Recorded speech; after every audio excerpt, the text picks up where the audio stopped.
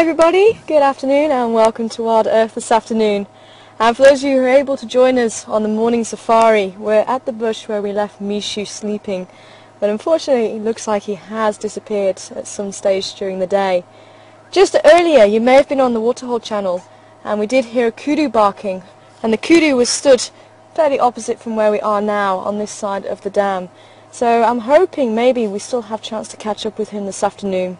So we're going to head back out towards the road and maybe see if he's around, maybe in one of these bushes close by. But I did hear from Craig that maybe he may have made a kill. There was 3 impala that ran towards the house, not too far away from the house. So maybe there was a thud from him catching one of the impala. It could have been the impala rutting, we're not too sure. But as we go out towards the road, I'm certainly going to keep my eyes peeled and see if there's any sign of Mishu having made a hunt or made a kill. Joining me on camera this afternoon is Sebastian, back in front of control is Craig, and my name is Tara for those of you who don't know me. So let's climb aboard and see if we can go and find Mishu or anyone else this afternoon. Also, Karula and the cubs still have a look around Twin Downs and the south, and maybe even the rhino who we weren't able to catch up with this morning. So let's go and see if we can catch up with them.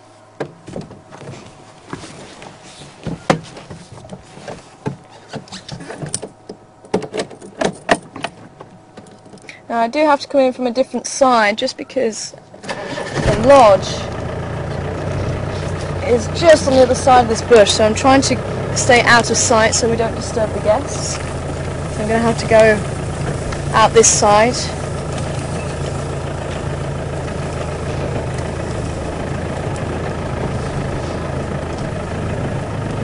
I'll use the path that Henry took this morning so we don't damage the bush too much.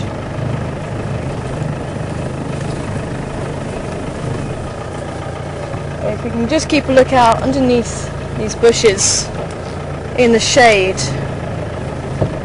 we may just be lucky enough to see Mishu. That is what I'm hoping.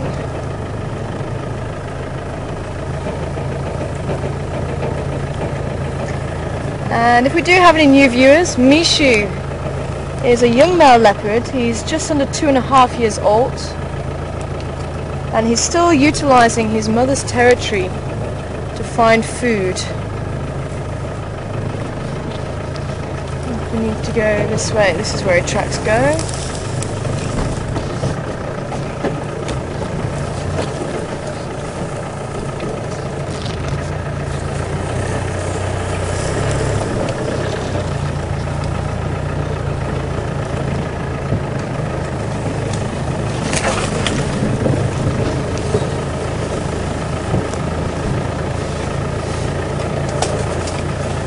So this would be about the right area. Mishu did make a kill around here. Got Inga's house just in front of us. That's where some of the staff do stay. So you may hear us mentioning Inga's house. That's where we have our meals at night too.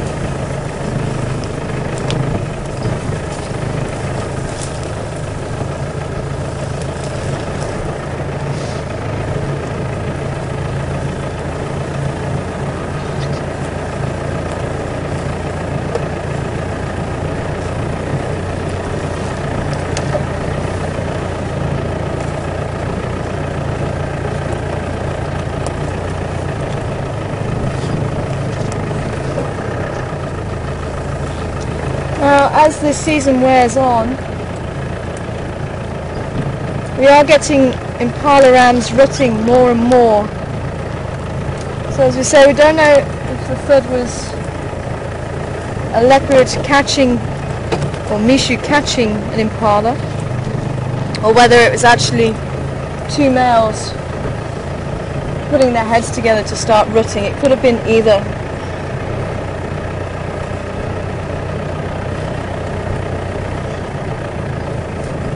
I've just seen a squirrel in a tree and it's not calling, so it can't see any potential threat.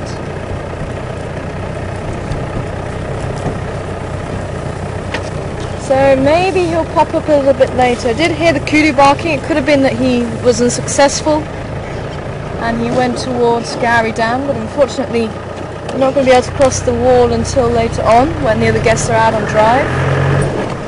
So let's head down to where we lost the rhino tracks this morning and see if we have any luck with the rhinos.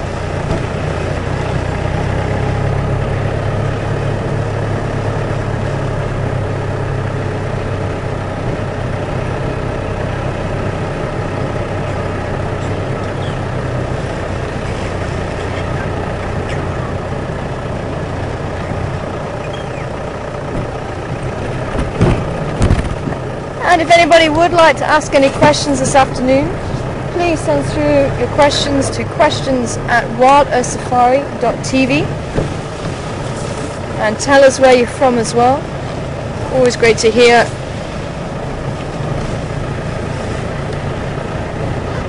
who is on board.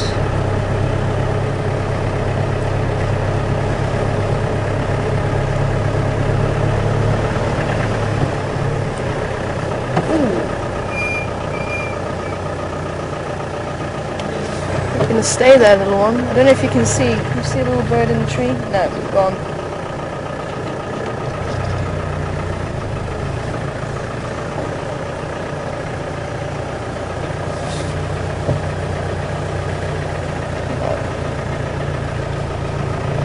Like one of the green balls.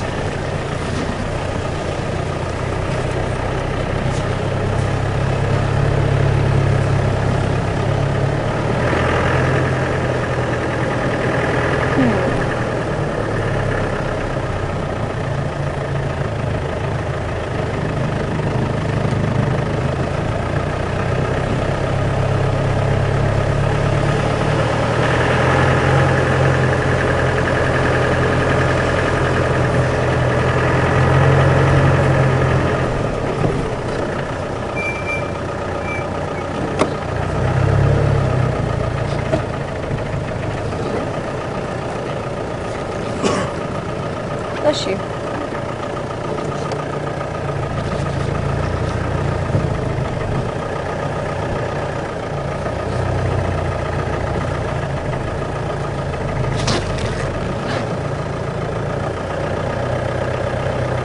This junction has a lot of animals walk past it, so it's always worth just checking this area.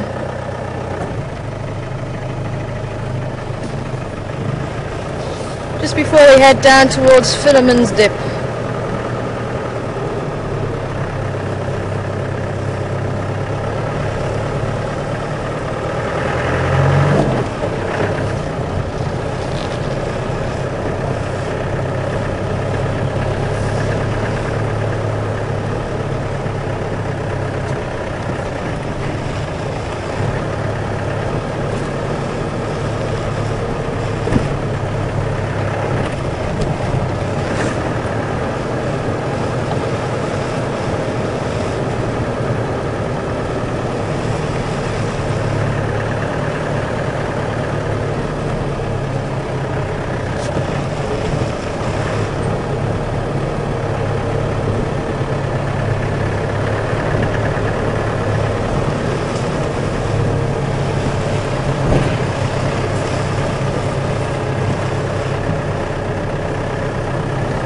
I don't know if we're going to get some rain a little bit later. I'm seeing there's quite a lot of cloud building up in the west.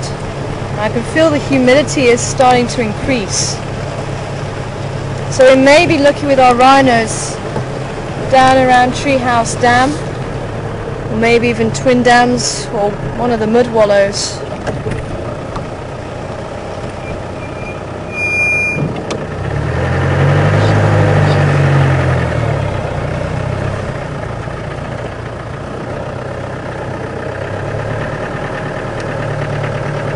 And for anybody not on drive with us this morning, the Nkahuma Pride, the two females and one cub, were seen the tracks heading from the west in Zimbambili towards Buffelshoek. and then on towards the Manuletti. So they briefly crossed through around Sandy Patch and onto Buffalo's Hook sometime last night by the sounds of it. And the Ford Cheetah, who sometimes we see here, is seen around Cheetah Plains.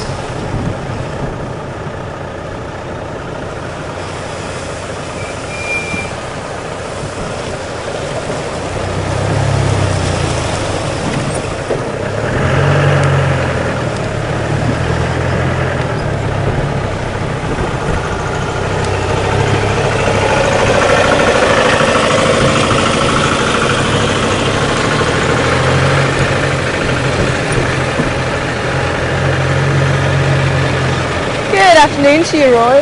Welcome on board. Is there any animal I haven't seen that I'd like to see? There's two that spring to mind, Roy.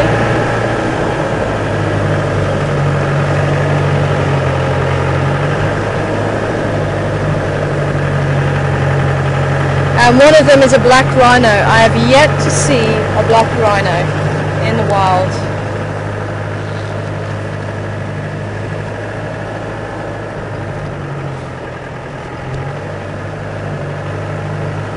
So I'd love to see black rhino, and I actually would love to observe the behaviour and see if it really is true they are more aggressive by nature, or whether they are just misunderstood, which is the way I think about black mambas a lot of the time. But the other one is a zorilla, a striped polecat, and even a striped weasel. Either of those I have yet to see. And I think striped weasels, I think they do see around Chitwood quite a lot, so they are in the area, but I have yet to see one. Probably a little bit larger than the slender mongoose. But with it being a weasel, it is closer related to the dogs than they are the mongoose. Same with the striped polecat. A little bit larger than the weasel. Looks a little bit like the skunk.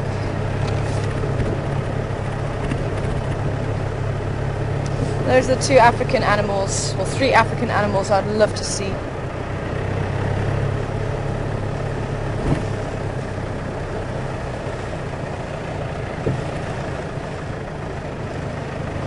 I've been very lucky in seeing aardvark, which some people don't get a chance to see very often. I've seen aardvark a few times. Brown hyena, which is also another animal you don't often get a chance to see. And unfortunately, when you have spotted hyena, you don't often get a chance to see the brown. They're a little bit more shy than the spotted hyena. So where the two occur in the same area, the spotted hyena kind of dominates brown.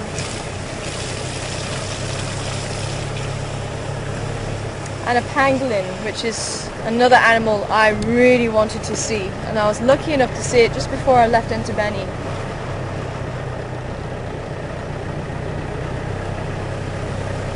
And I remember sitting there one night. I was actually watching the Life of Mammals with David Attenborough, and I was actually watching the partner pangolin, and I lay there thinking I'm never ever going to see a pangolin. I've been working in the bush for 3 years at that stage, and I just thought it's never going to happen. And literally, just as it moved off of pangolins onto something else, I kid you not, my colleague came running into my room and said there's a pangolin in the cliff, in the steep road through the valley we used to drive. And I remember thinking, that's uncanny. She must have known I was watching pangolins. I said, no ways, I don't believe you. And she said, no, it's true. First time a pangolin had been seen in 3 years on the property. No one had seen a pangolin for the time that I'd been there. So we climb in a vehicle and we head up towards where the pangolin was, and it was still there, rolled up into a ball just off the side of the road. I think it stayed there for a little while and then moved on at night. But it was only a small one, it wasn't very large, probably a sub-adult.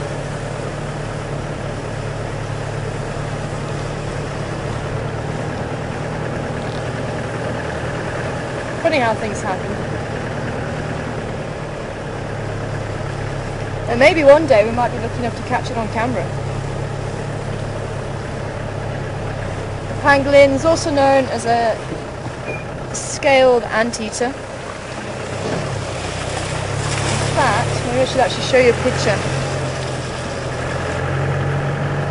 It'll give us an opportunity to listen in the bush as well.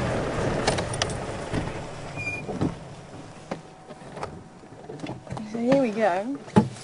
So for those of you who don't know what a pangolin looks like, it's got no teeth, it's got a long sticky tongue. I can actually find it in my book.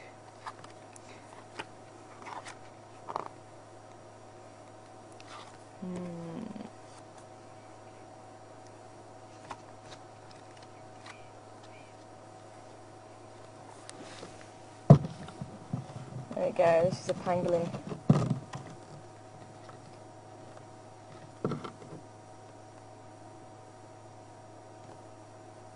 So instead of hairs, the hairs have formed these scales instead.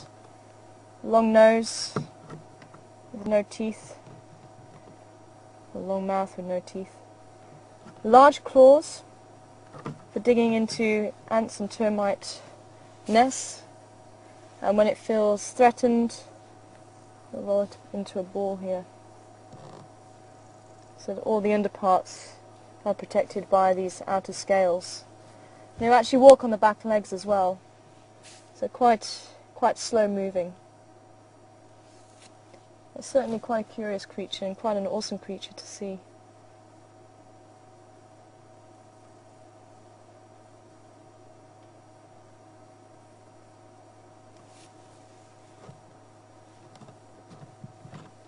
And this is the Field Guide to Mammals of Southern Africa, if anybody wants to have a look at the book. So, a great book for IDing animals. Anybody wanting the ISBN number? Then I have put it up on the Facebook page, the public Facebook page under discussions. So if you have got access to Facebook and you would like the ISBN number to help find it, then that's where you look. Okay, and I missed who was asking. Someone asking, can we please find Karoo and the cubs now? Believe me, I am looking. I am trying. Unfortunately, this morning there was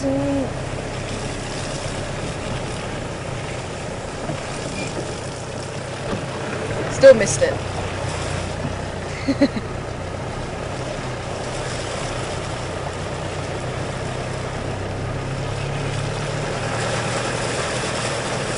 Totally amazing in the chat room, apparently.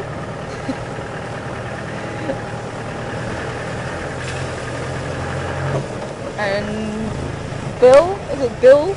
Are you hearing it? I can't quite hear.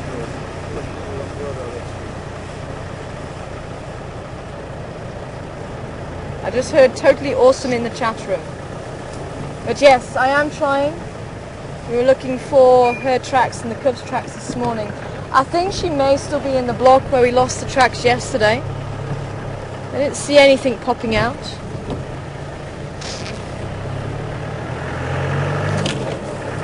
So maybe she caught something and there's not been any reason for her to come out as yet.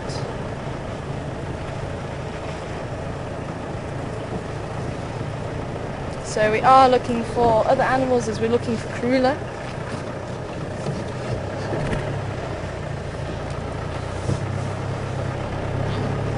Again, a lot of animals use this junction, and Karula also Walks down the little road to a little Gowrie there. It's behind us.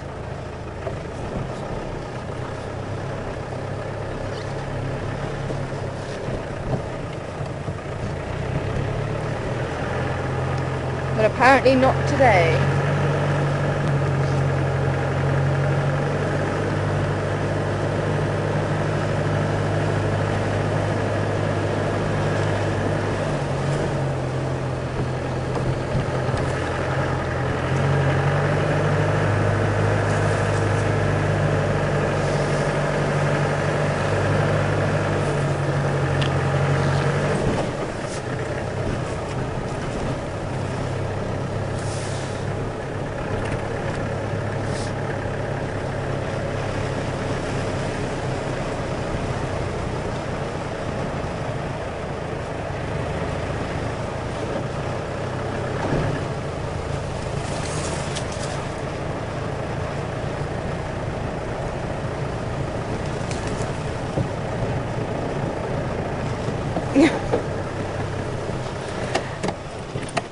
I was just trying to see what was going on there. There was a squirrel running down the road, and then there was a lot of dwarf mongoose crossing over. Let's see if they will come back out again.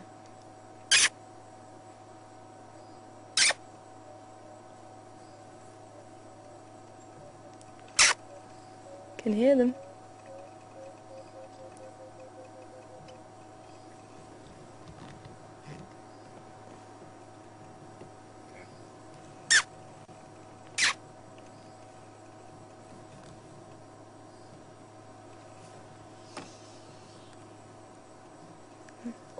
Oh, there's one actually running after a lizard, look.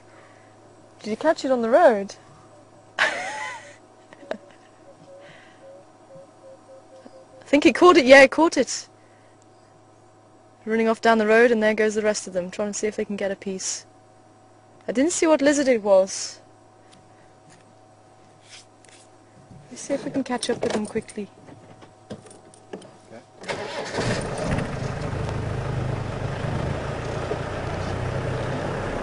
I'm coming out onto the road again.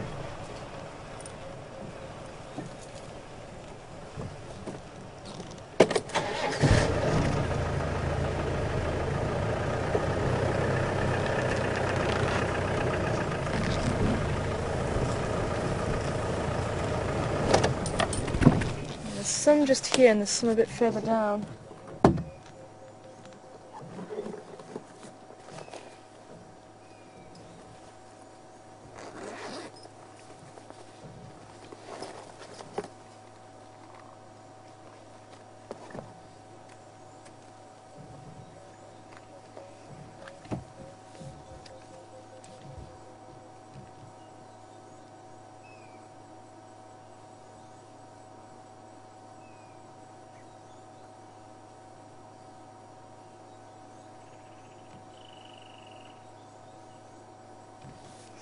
I think our little mongoose that caught the lizard, I think, has moved off, maybe into thicker bush so he can't be disturbed by the others. So they've continued on down the road.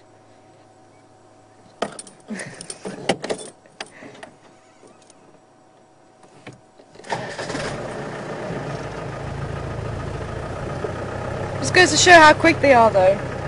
Shame that poor lizard didn't have too much of a chance.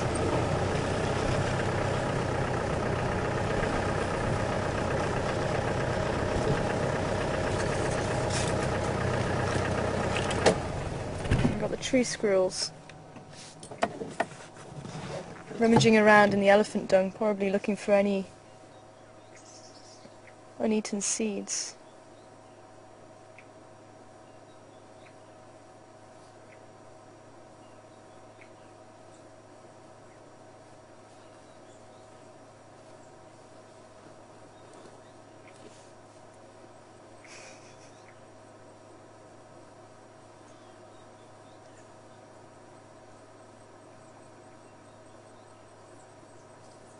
You see the little baby there, right next to the road.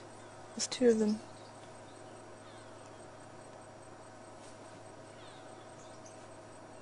Where's the baby? They've just gone back, they're just coming out now.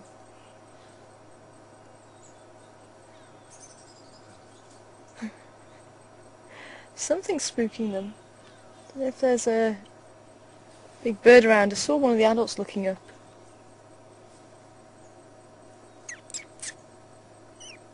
There you go, can you see it just right at the back on the right? Yeah.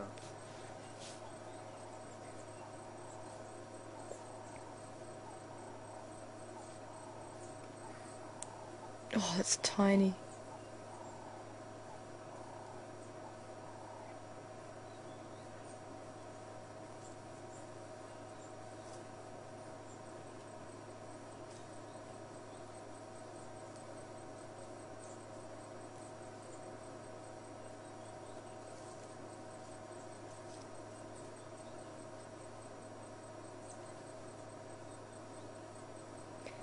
If we're able to, Seb, we're able to take the camera off and just drop it in the side. So we've got some dwarf mongoose coming right past us. I'm going to see if we can test this out. There's some dwarf mongoose walking right up to us, and we might be better off seeing it. If we're able just to drop the camera down here.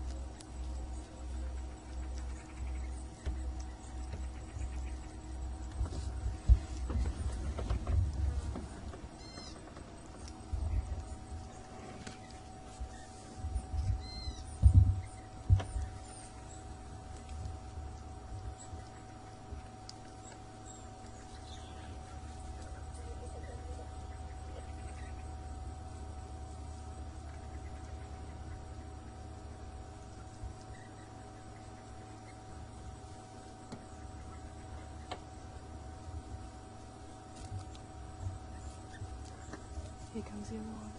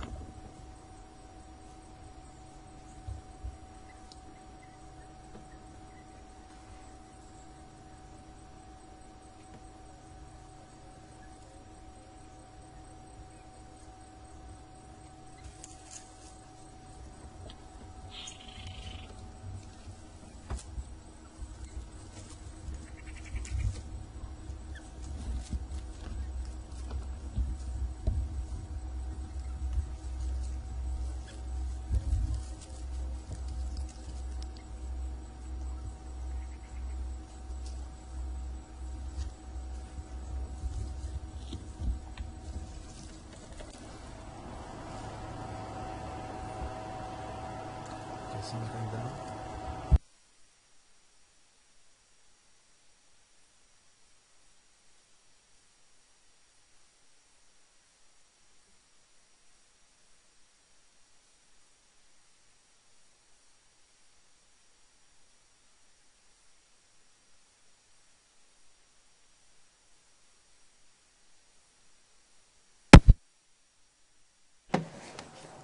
Well, I'm hoping that turned out quite well, because it's such an amazing experience to have something so small being so close to you. And I don't know if you could actually hear the crunching. I think it was actually a grasshopper that had been put onto the web of the garden orb that's just opposite us now, actually. And he actually came up and took it right from the web. And I didn't realise that's what I was going for until the last second. But then the babies have been sitting just down here, which hopefully you saw. And the whole colony is just starting to walk through here, which was really quite amazing.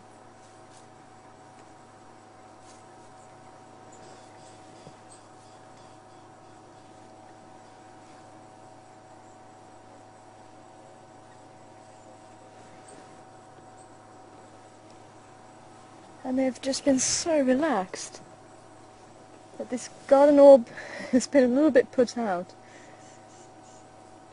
But I think if it had tried to protect its kill, I think it may have also been on the menu, so I think she did well just to stay as high up as possible, out of harm's way. But you should be able to see it's slightly different to the golden orb web spider. She's got the black and yellow banding across her abdomen, and quite a wide abdomen, whereas the golden orb is quite a slender spider. And you can see the way she's sitting, she's got two legs. So she actually looks like she's forming a cross with all 8 legs, so she's got 2 legs together on each side. The garden orb spider. But the mongoose have left us, they've gone back up the road, so let's continue on. That's quite special. Hope you enjoyed it.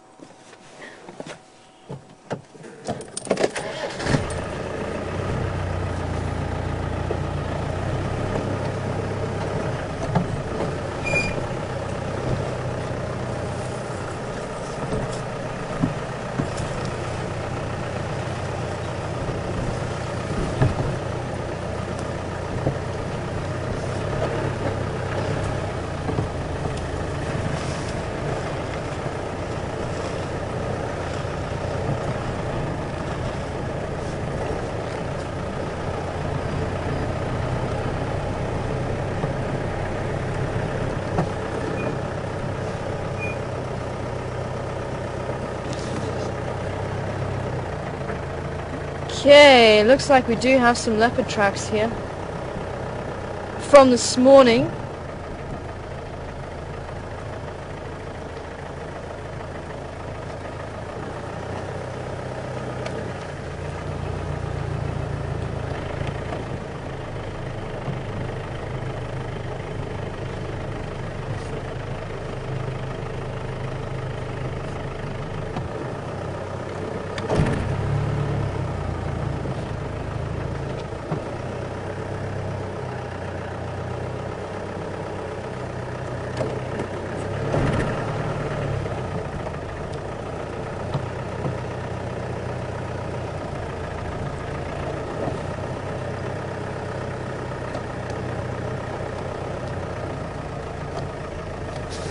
Just want to make doubly sure because there may be one or two that look a little bit more like hyena. With it being thick sand, it's really displayed quite poorly. It is starting to look more like hyena. There's one or two looking like leopard. There's a lot more that are looking like hyena. Getting very excited then.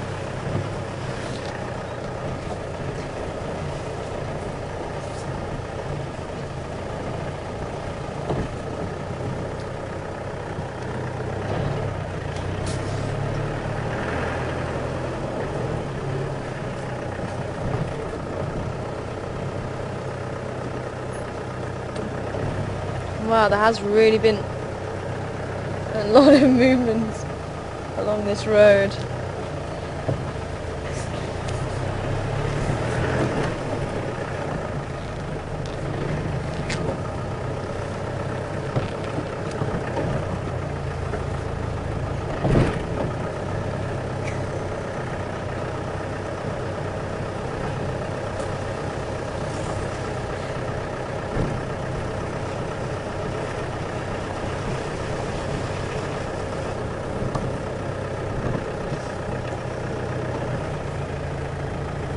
Sorry, I'm just chuckling away to myself here. Just when I was getting your question, Alan.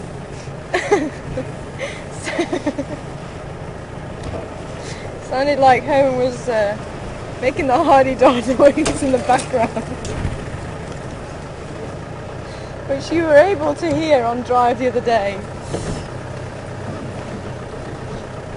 Sorry, it was just very funny. Welcome on board. It's great to hear from you. You want me to discuss a little bit more about the eagles. Now unfortunately we haven't seen many eagles of late. So we may... Oh, I see a big animal on the dam wall. With a calf! Oh, that is a tiny calf! Oh, this is going to be special. I hope she stays put.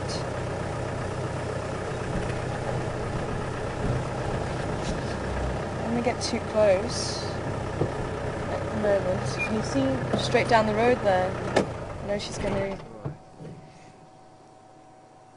She moves off the wall, I might be able to see. She's going to move that way. Okay, let's just see if we can go a little bit closer. Up there.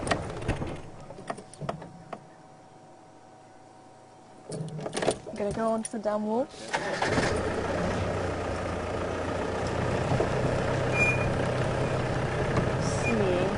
Just go onto this side of the dam wall just so we don't... Ooh! Greenbacked heron just flew off. She's being very, very protective of that little calf. And that is tiny. That's probably the smallest buffalo calf I've seen. It looks like she's not too close to the herd. So maybe she has just left the herd to give birth. It doesn't look very old. Maybe a couple of days. I'll get her when she's... She's cutting through the bush, so she's not going to come out the other side. Okay.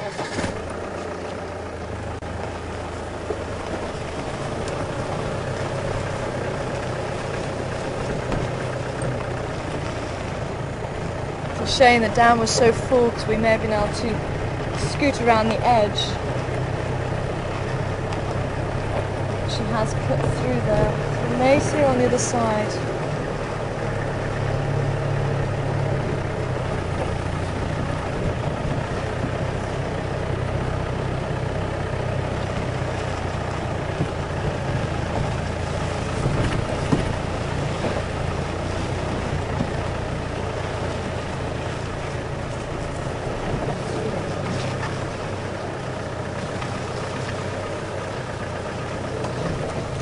I'm always amazed when animals of that size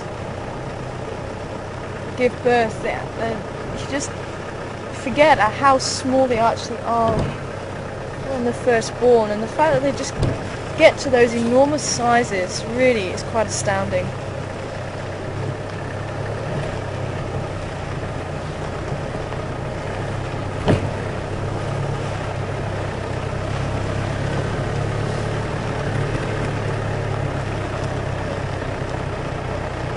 I'm not going to go in after her. I don't want to put pressure on her. I'm just hoping that we may be able to see her. As I say, you can see she was already very protective. She was moving away pretty quickly.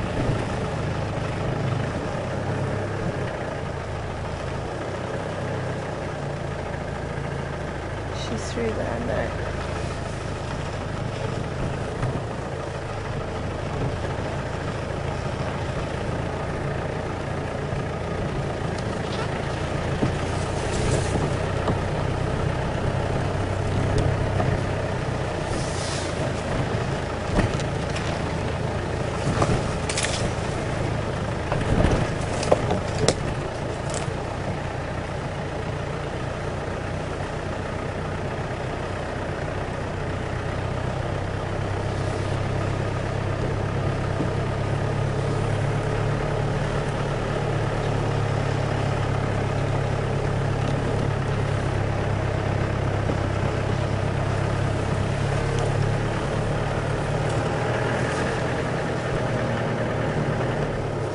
Over there.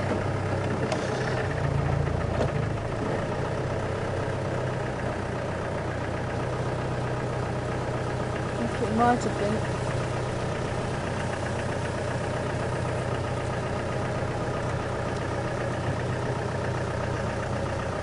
She's turned again.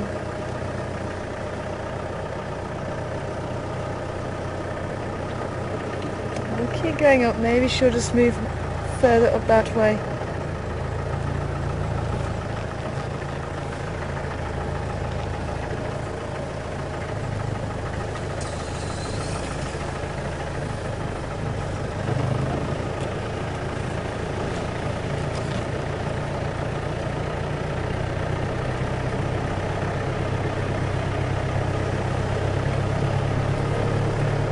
You see her? And there she goes.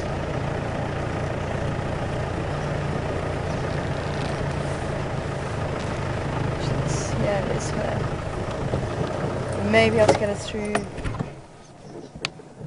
here if she comes this way.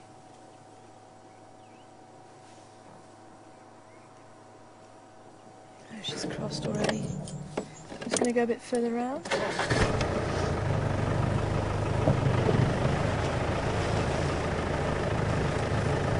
Here she is.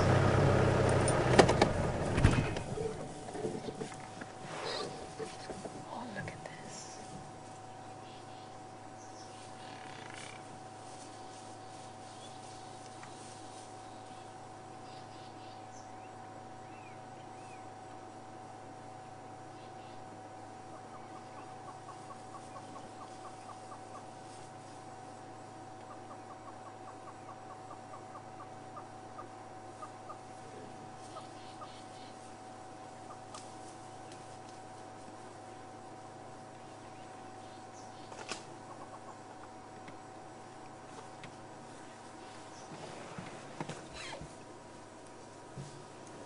You see her coming out onto the road.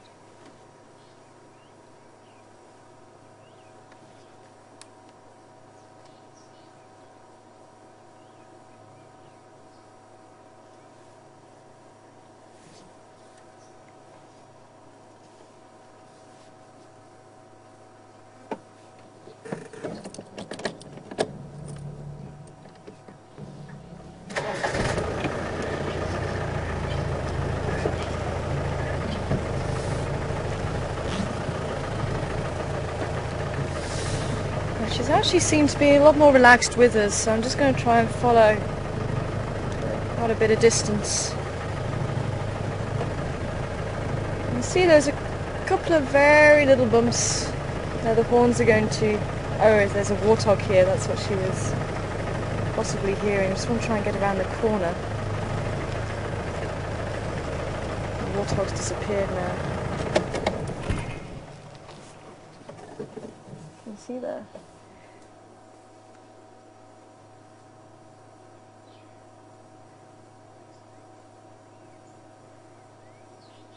Maybe slightly older than what it first looked. Probably not more than a couple of weeks old.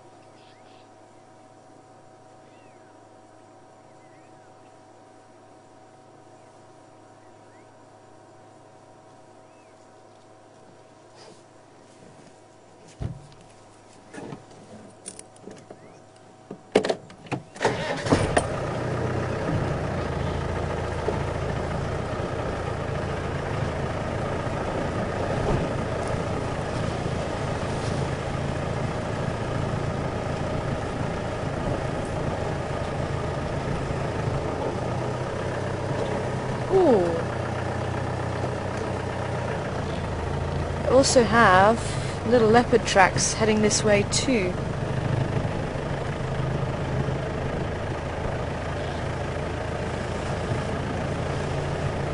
So maybe we do need to check out around Rebecca's road and Zoe's road again. They are heading this way.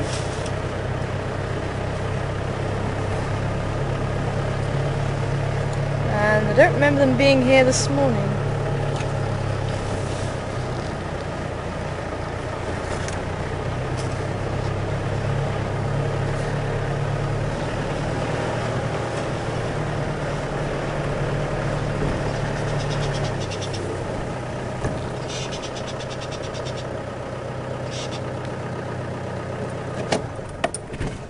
Are you shouting because of us, little one?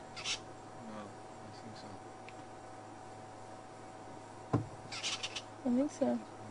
Yeah, it's going to be a strange angle. Oh, there it is. A lizard, probably an agama. It was just in the crook of this tree here.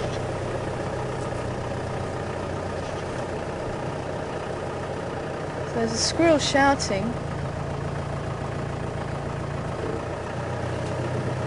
Oh, where's it gone now? I just saw it just climb in between. Let me see if we can try and get us into a position where we can actually see the squirrel. Can you see the squirrel from there, do you think? Okay, go forward just a little bit more. It's still just behind the crook of the... I don't know if you're going to be able to see it. It's finished complaining now, I can't see the lizard. I just caught the tail as it disappeared between the branches. Oh no, the squirrel's gone now.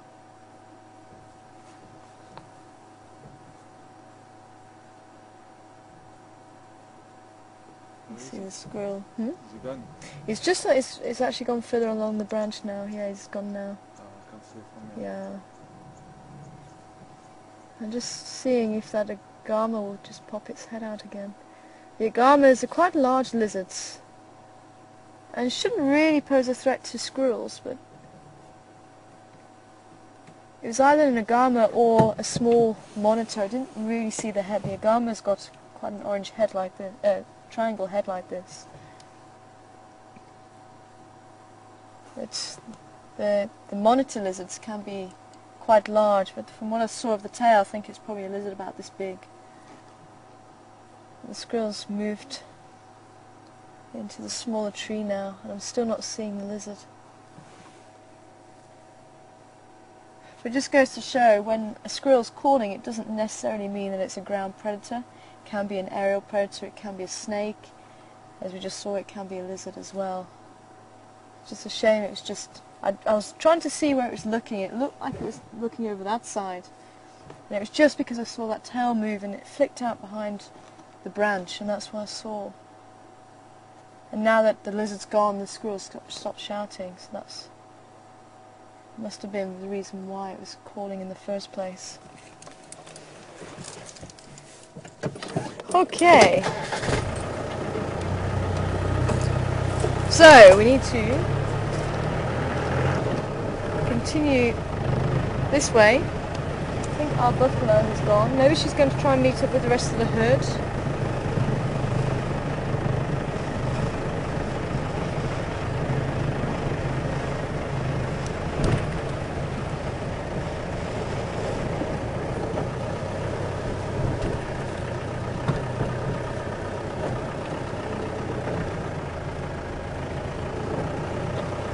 Hi Marlene. Good afternoon to you. And you'd like to know why the female buffalo was on her own with a calf. As far as I know, the buffaloes can separate themselves from the herd to go and give birth, and I do wonder if that's what she's done, and she's now making her way towards where the herd are. But the calf didn't look young, so it could have been she was separated off by a predator. And maybe a predator came in and scattered everybody. Maybe now she's trying to look for the herd.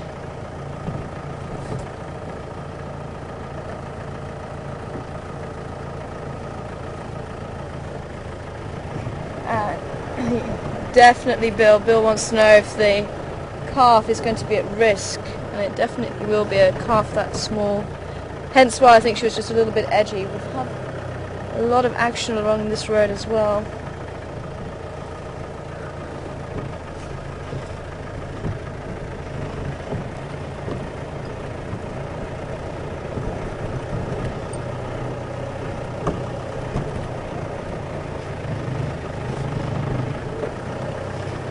I think that was more likely, I think, what happened. Being separated off from the herd, and now she's going to try and find the herd.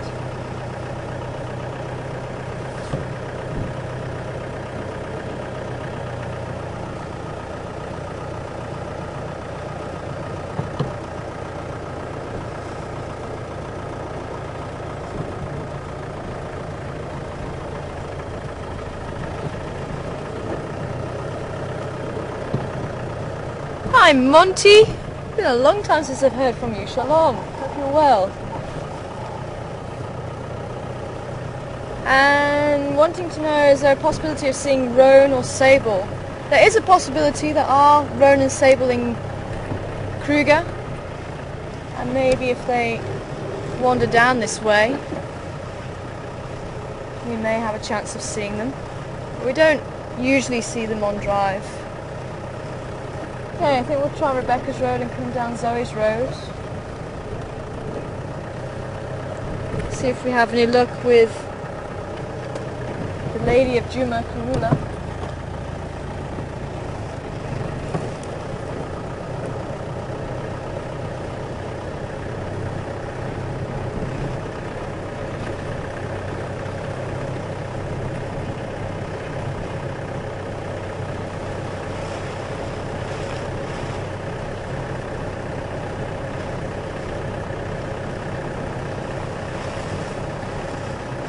Hi again, Bill.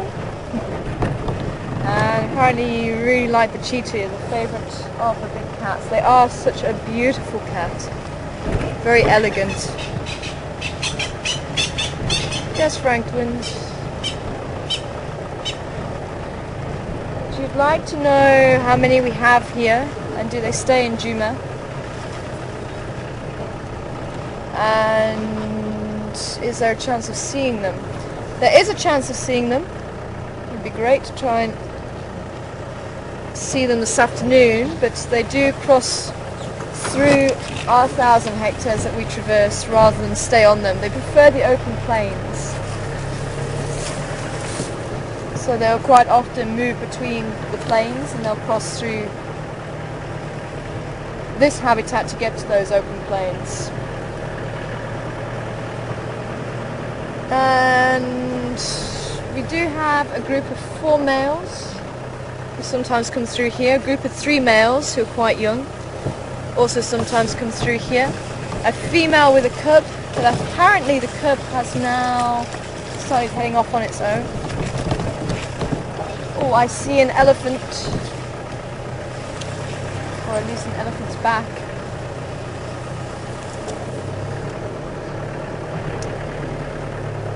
So if they do find cheetah, or we do find cheetah, we do try and make our way to the cheetah. But they can go anywhere. Cheetah, well, and all the animals aren't restricted like we are. There's no fences. If I saw it through there and it was walking this way, it should pop out somewhere here, I hope. As we might just have to make a detour in here.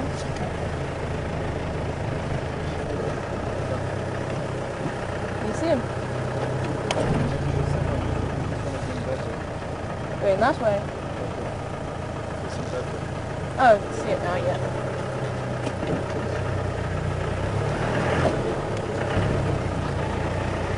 Ah, yes. There we go. Oh, they are starting to come this way, I think. Oh. Oh.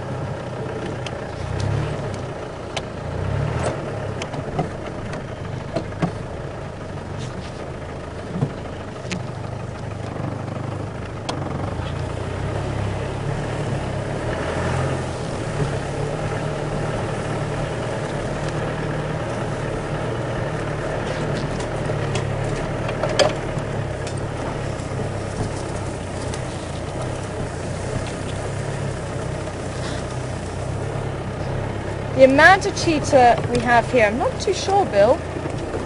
I'll have to double check. Maybe someone can have a look for us. But between us and Kruger,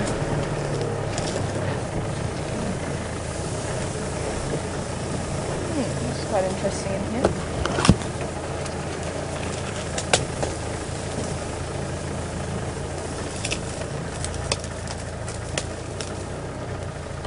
Oh, I see an alley up ahead.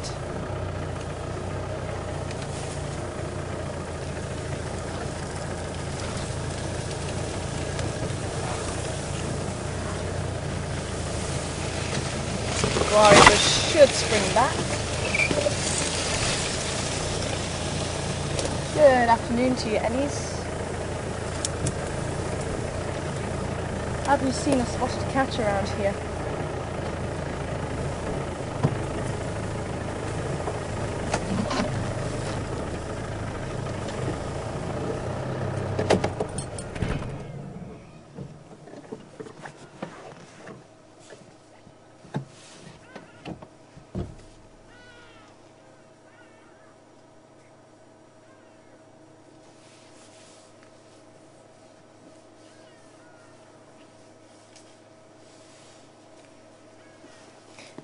And Alan, I will give back to your question. God, I haven't really covered the eagles.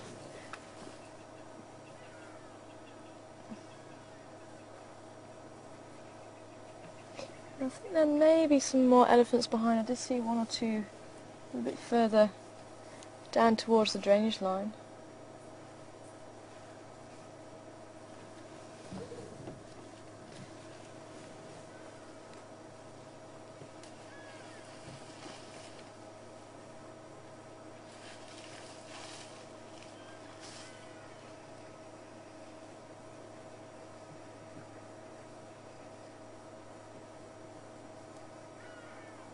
Ah, there's some more coming now.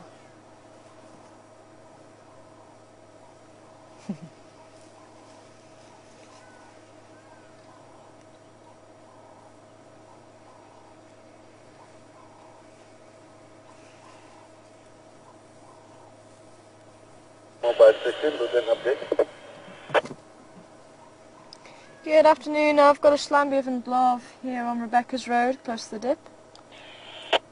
Okay, copy, thank you.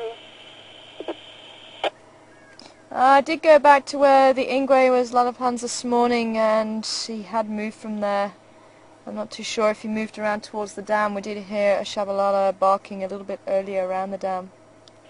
Okay, copy, thanks, Sarah. Yeah, I think Tech's heading that way, so he might be lucky or not, yeah, but we will hear from him. Copy. I did have one in Yari, Treehouse Dam. She found north, and she had a Mampimpan with her. I'm not too sure where she went after Philemon's cut line. Okay, thank you. Now, I would like to have the effort to try for this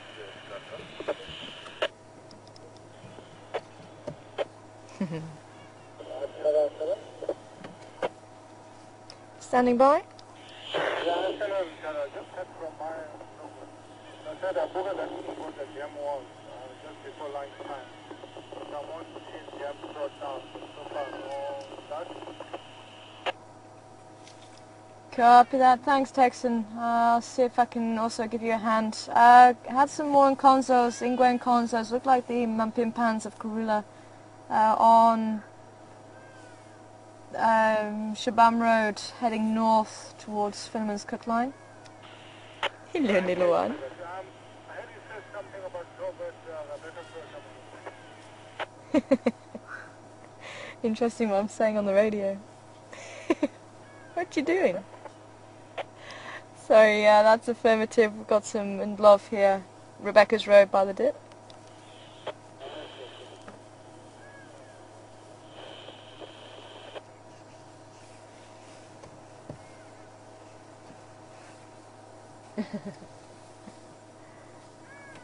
Looks like quite a young mother.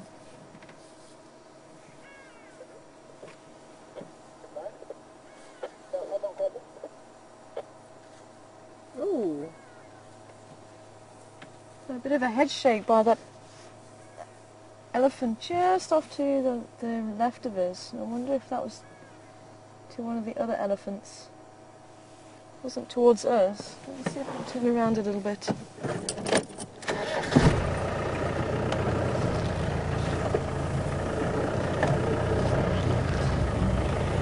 Good afternoon to you, wee Pat.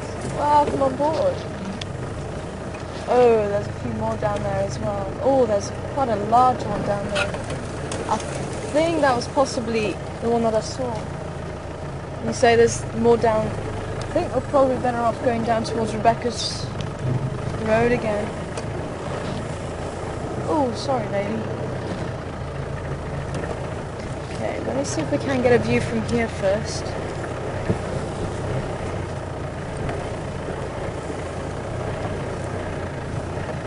It's going to be just a little bit too wet, I think, to head down into the drainage line.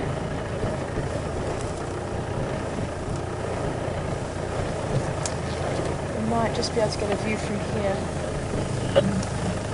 Standing by.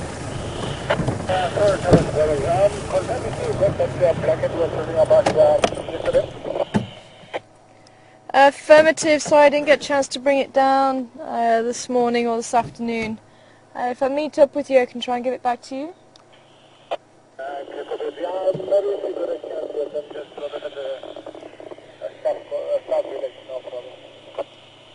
Yeah, affirmative. We'll try and bring it down.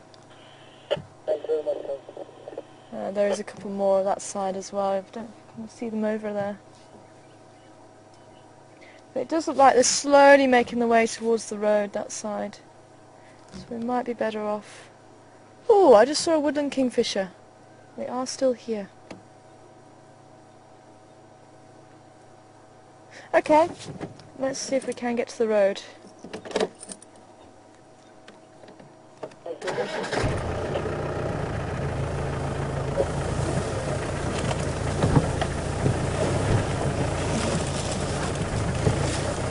Weepads wants to know, have I ever seen an elephant step on another animal? I actually don't recall that happening. And they are quite a gentle animal when it comes to things like that. And I think it's only very occasionally that will happen. And one of my favourite stories actually comes from a friend of mine. And he remembers having a herd of elephants who could smell some fruit in a basket that was hung at the back of a boma. Now, for those of you who don't know what a boma is, it's just an area that's fenced off. It can be fenced off using branches, or it can be poles or anything like that, posts. But it's just an area that you can fence off, and it gives you an area of safety at night. And we usually make a fire in a boma, and we know that animals can't come towards the back of us and give us a surprise.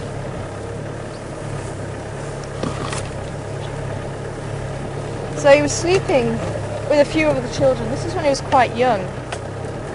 And the parents were sleeping in the rondables which actually flanked the side of this boma. And they were woken by something, either the smell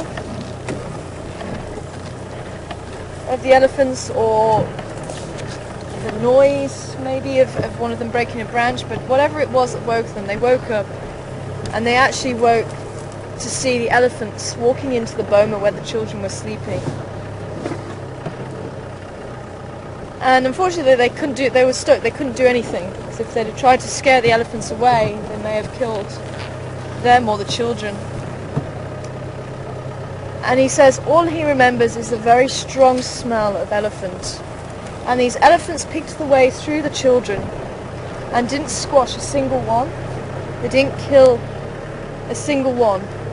And they reached up, they grabbed the basket of fruit, took it out and went away. And there's a lot of feeling in their feet. They can sense a lot.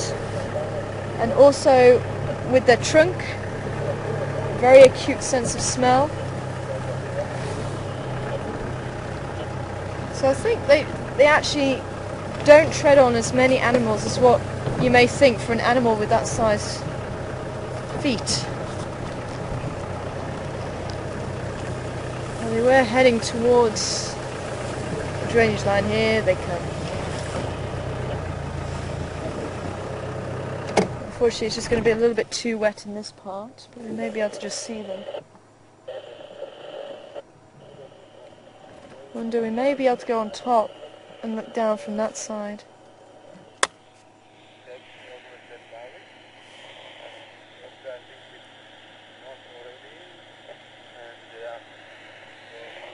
Yeah, it's just an update on where everyone's going.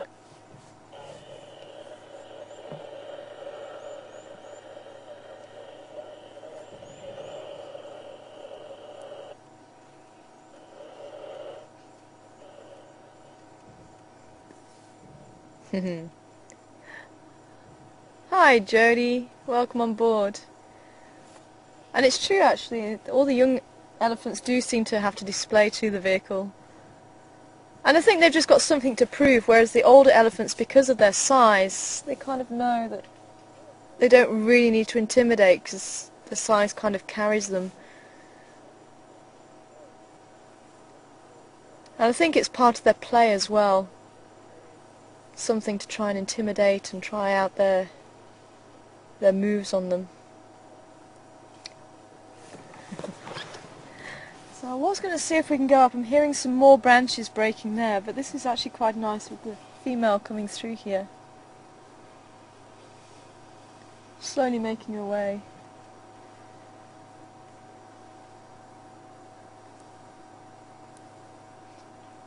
You see she's using her trunk now, look.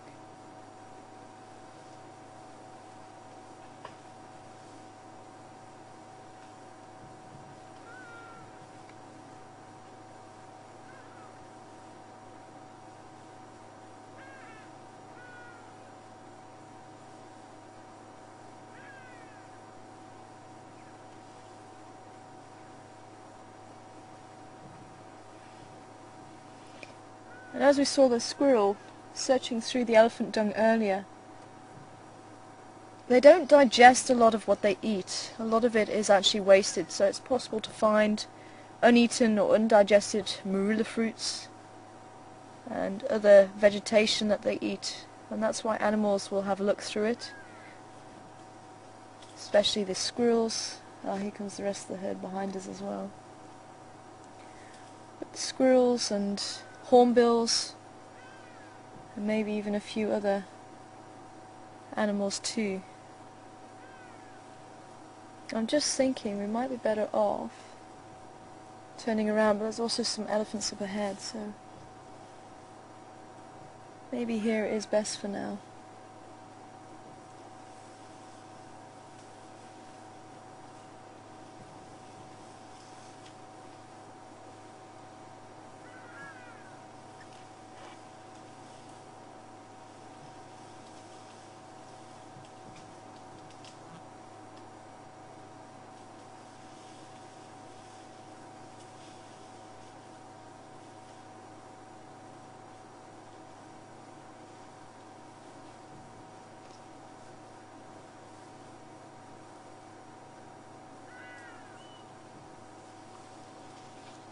And if you listen very carefully, you can't really hear them moving too much. You can through this bit because it's quite wet. Especially when they cross the road behind us, the only sound you're really hearing is them breaking a branch.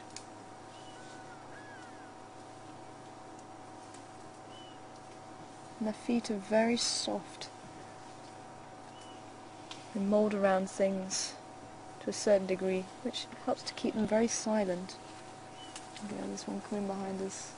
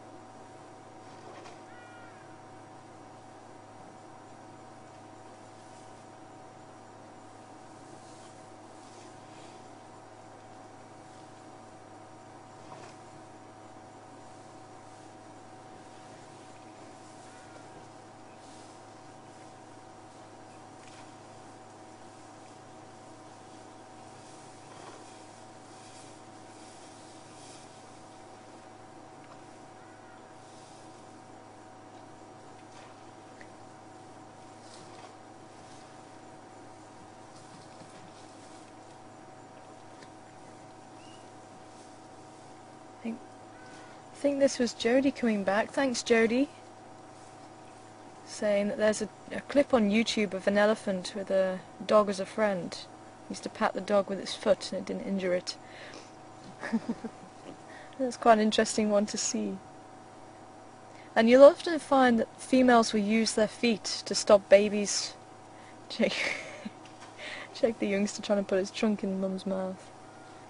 And they'll often do that if mum's eating something. They'll put the trunk in her mouth and smell what she's eating and taste what she's eating.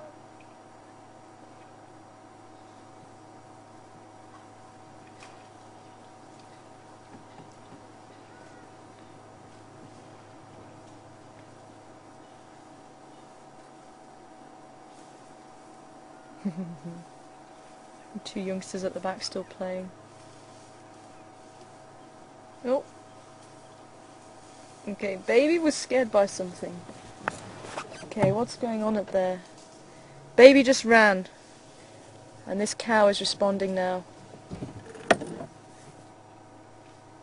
Baby ran to the herd, and you can see all the elephants are now responding.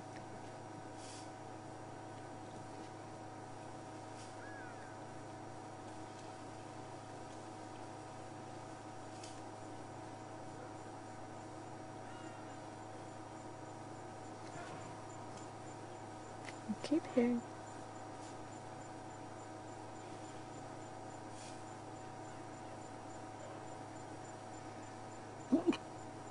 Bless you.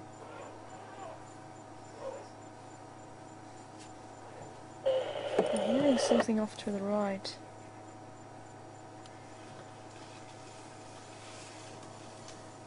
Even this one on our left, look, is responding. Ears are out. And tail is up. All the youngsters are actually migrating towards where the cows are. There we go, this one's on the move as well. Running off.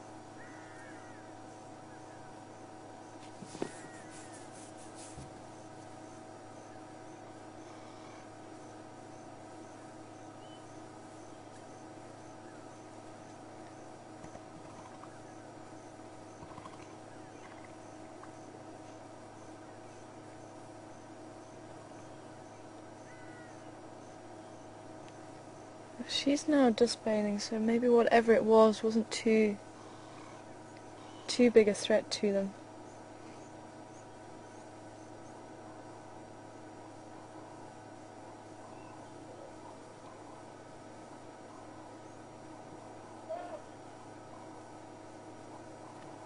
I do want to check out what that noise is though.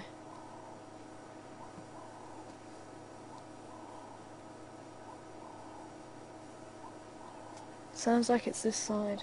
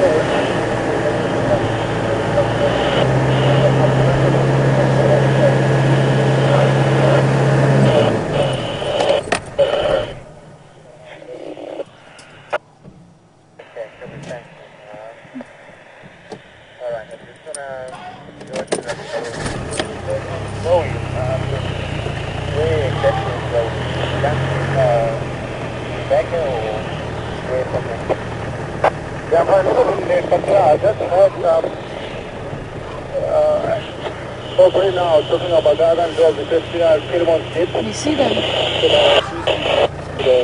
it coming this way? It's sounding like they are panicked. This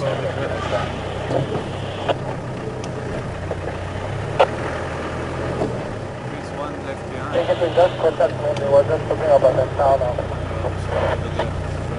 Oh, she's running. I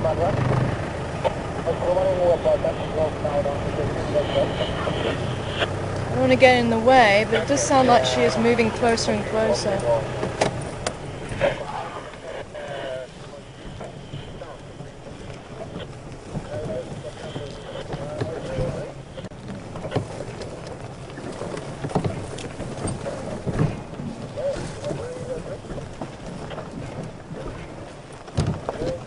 Oh, here she comes, here she comes. Oh, it's two bulls. You see?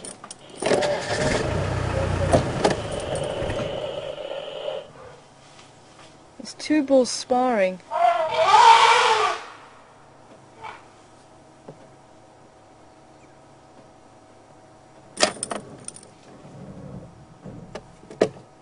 Okay, they're coming towards the road here.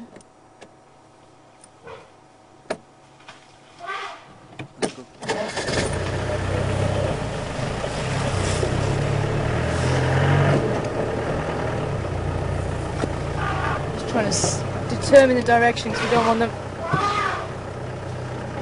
coming right out into us.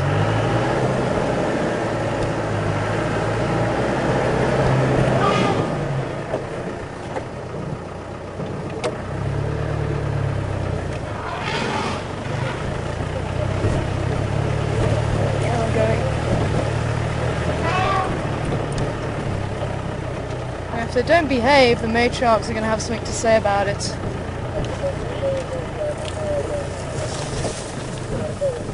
Yeah, they're going out towards the road.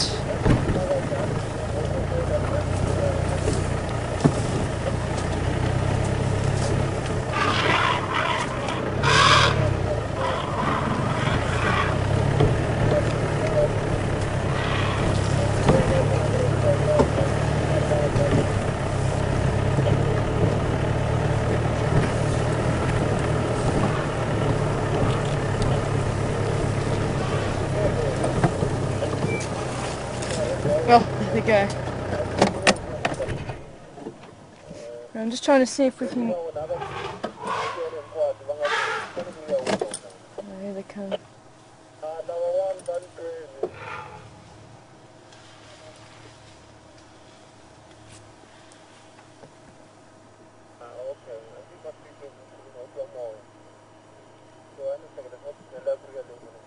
Obviously with an animal this size, you've got to be very careful not to get involved. And I think the females, it looks like it's two bulls sparring, and it looks like it's probably a little bit more intense than sparring, judging by all the trumpeting going on, and one actually being chased off by the other. And I think the matriarchs, as I say, might just get involved if they're getting too boisterous around the calves. There's one just in front of us, and I think that's one of the bulls there. The females are just behind the tree. There you go, there's one, I think that's one of the other bulls. So we've got the two bulls in front of us, ears out. There we go, I'm chasing the other one, look.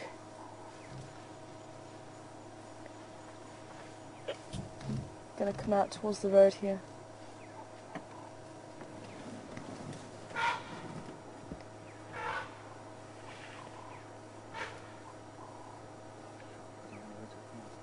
Everywhere.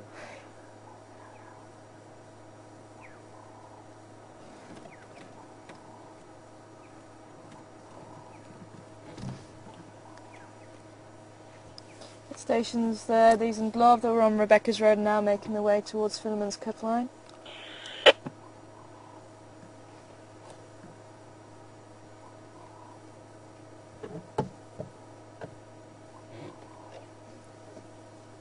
Okay, well, let's see if we can maybe go across to the elephants that are just coming out. And the rest of the herd is starting to go back in.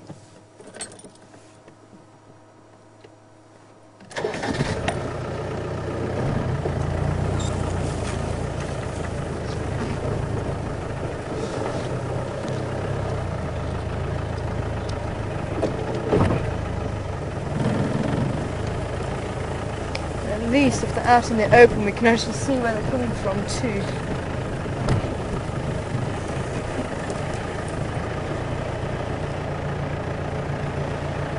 There they are.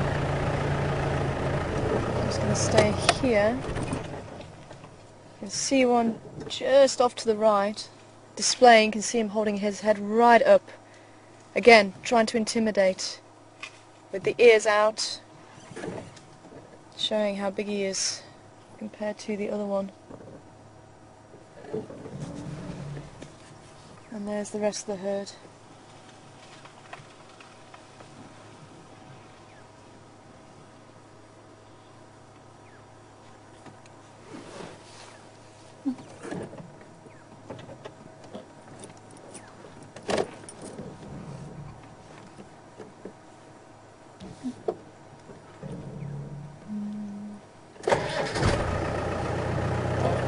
actually going to come across the road again.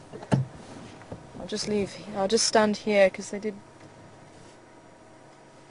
react a little bit to us turning the vehicle on.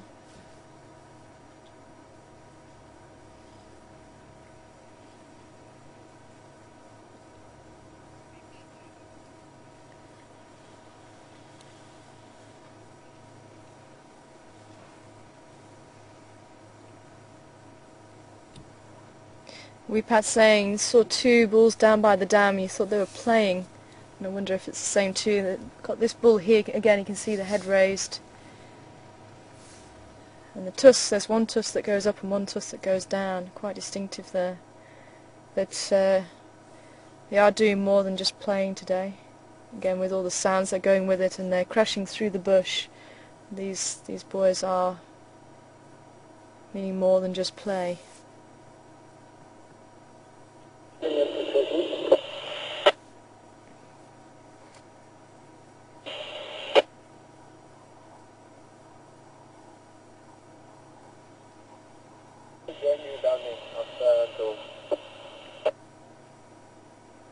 Still down here.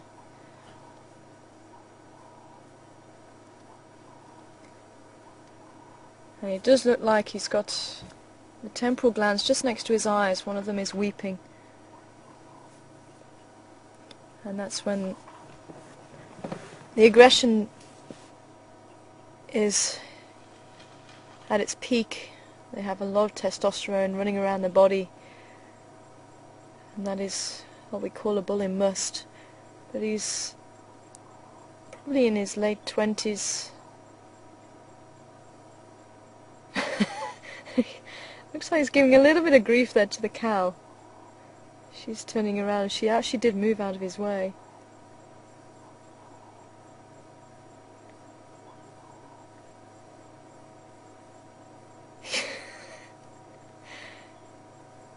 And that was our little bull that was trying to intimidate us earlier.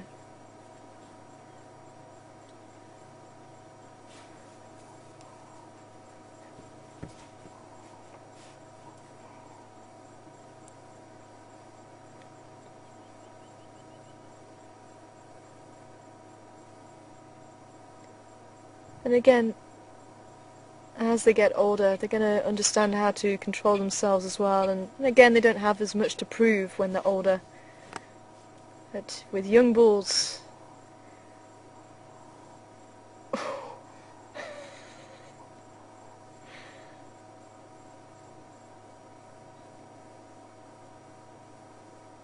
they really do have to show off quite a lot.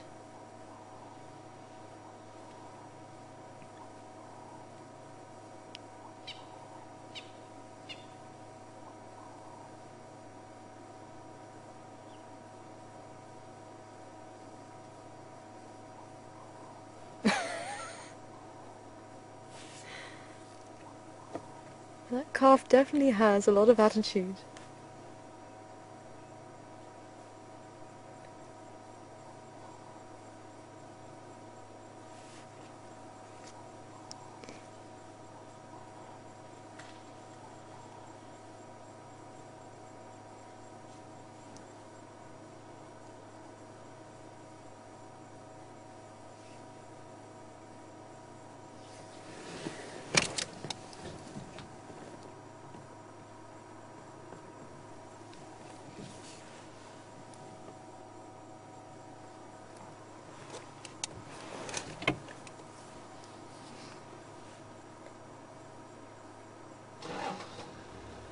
It does look like everything's settled down now. But suddenly that trumpeting, it goes right through you. And I think they started fighting quite far into the bush, because I was hearing it. And it was getting much closer as we were standing there. Hello, how you doing? Good, good. Hello.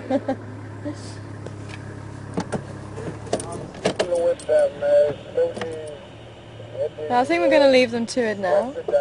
They are starting to calm down.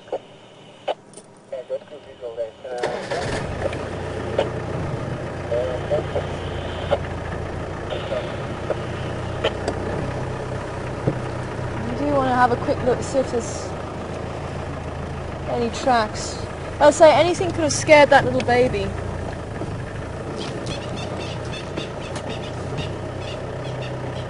I didn't see any other tracks. Alright. That's good.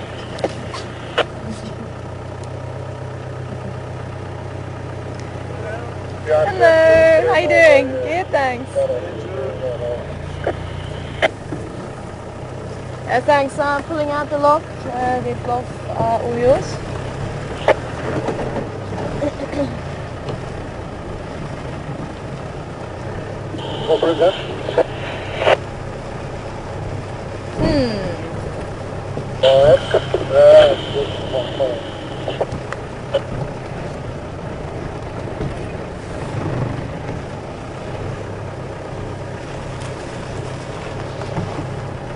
Let's just see if there's anything here.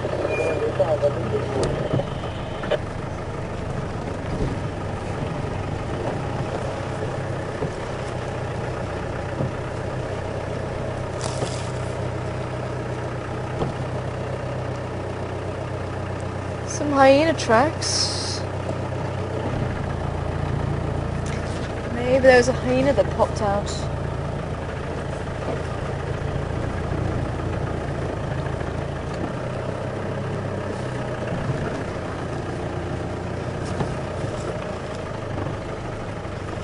Let's go and have a quick look around Impala Plains.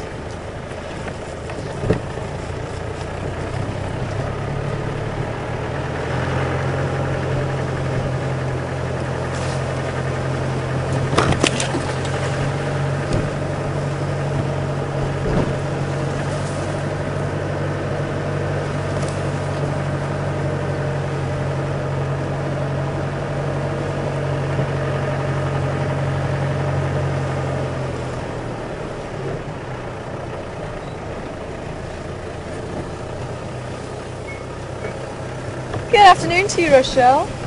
Welcome on board. Quite an interesting fact there. The eastern grey squirrel is able to dismantle a lot of the foam from a chair, I think that was, and can reorganise its nest within a couple of hours. It sounds like you've had an experience with the eastern grey squirrel. And I hope it wasn't your couch that it took the foam out of.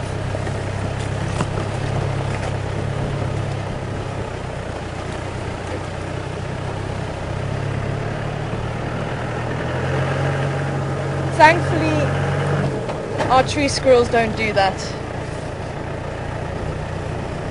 I'm very thankful for that. So, Lady Karula. Where can you be?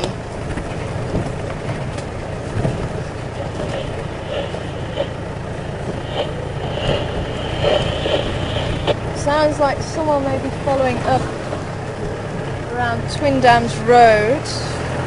Apparently around lunchtime, the guests saw a leopard crossing the dam wall. It sounds like the leopard crossed from the eastern side to the western side.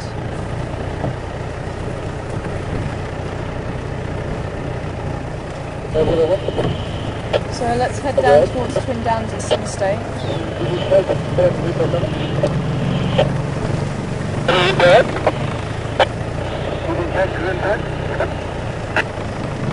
One group and nothing there, so he said for us to get past north.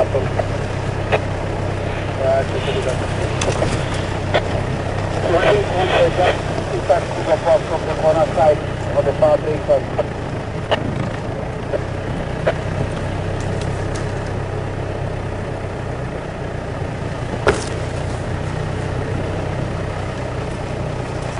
Hi Sue, welcome on board the Gunda. Wanting to know what my favourite animal is. I'm actually in the wrong continent for it.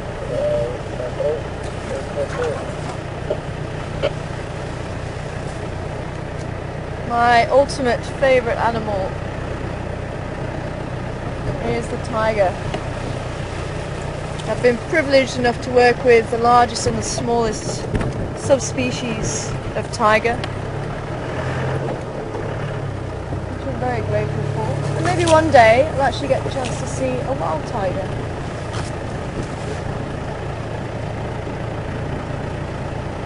But here in Africa, I've got a very big soft spot for white rhino. And that came especially again after working with them. And there's a lot more. Oops, I forgot the antenna at the back there. I did actually forget a few days ago as well. I will try and remember that I need to look out for these low-lying branches. But yes, after working with them, there's a lot of character when it comes to rhinos. And they are very intelligent creatures, and I really wouldn't have picked up on that had I have not worked with them. Or it might have taken me a long time. Leopards also, very big soft spot for them. I'm quite a big cat person. But I must admit, after spending a lot of time with the elephants and watching their habits and their ways, I do get a lot of enjoyment, and it actually goes for most of the animals. I can't think of any animal, even spiders and scorpions I quite enjoy seeing.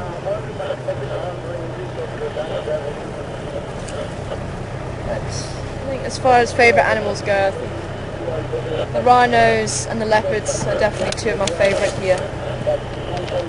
What about you, Seb? What's your favourite animal?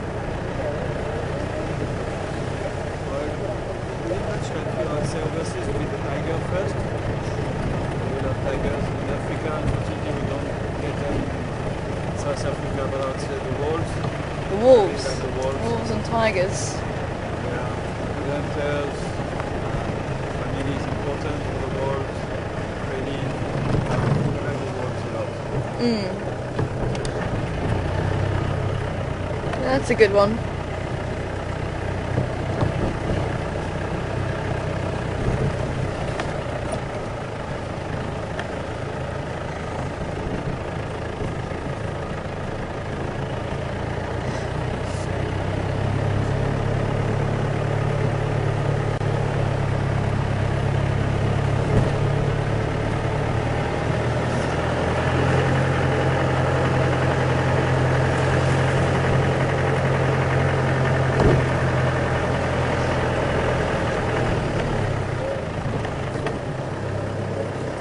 I've picked up some more tracks from the cubs.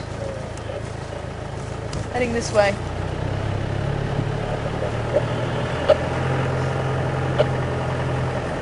Amazes me, Karuna makes these cubs walk very far.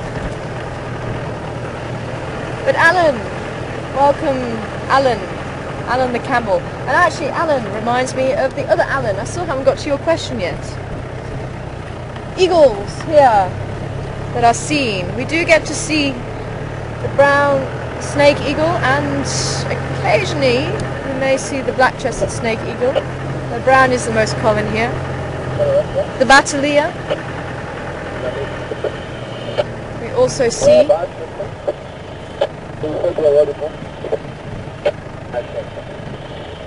tawny eagles. We also see here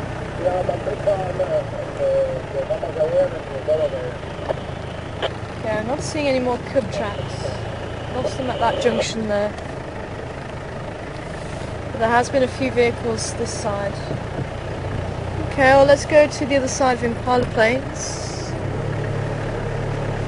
We may have gone north. So we'll come back and do the northern side of Zoe's Road and then have a look down maybe on Mvubu Road.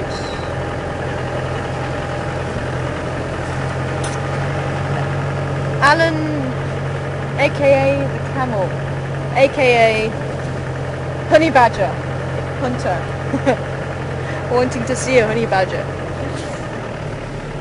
I'm still Maybe tonight will be our lucky night. We'll see if any badger for you, Alan. Wanting to know from a lion downwards how many. Oh, am I dragging a branch? Am I dragging it still? Maybe it's fine now, drag it.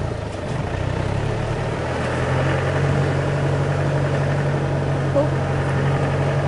Sweet. So from a lion, how many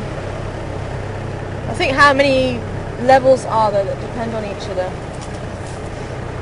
A lion being quite an ultimate hunter. But even leopard, you could take leopard. Leopard can kill a cheetah, may even eat a cheetah. Not the norm, but it can be possible. Cheetah eats impala. Cheetah may also eat other smaller creatures. Don't really know if cheetah eating mongoose. But they could do. Mongoose eating insects.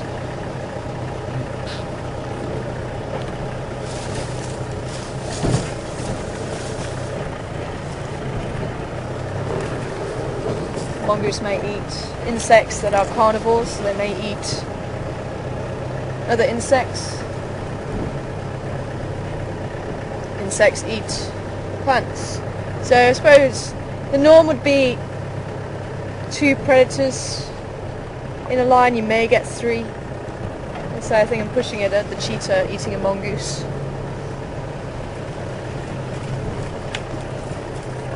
But how about a leopard eating a white-tailed mongoose, which may eat a dwarf mongoose, which may eat the beetles, which may eat other insects. Look at that. That's quite pretty. Because we're out here on Impala Plains. Ooh, I've got one for you.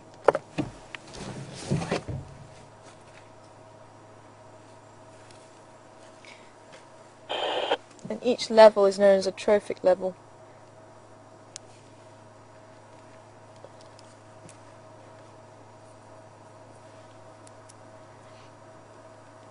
So at a push you may get the four predators in that sense.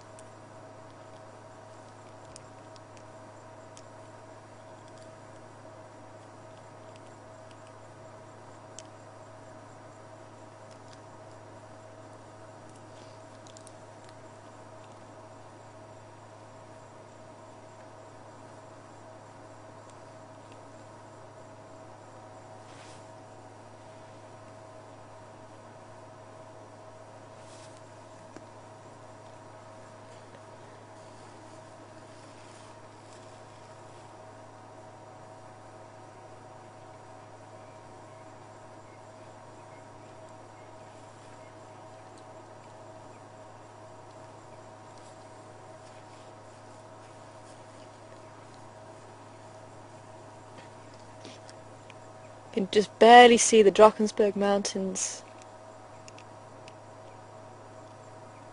So, I have a quiz for you this afternoon.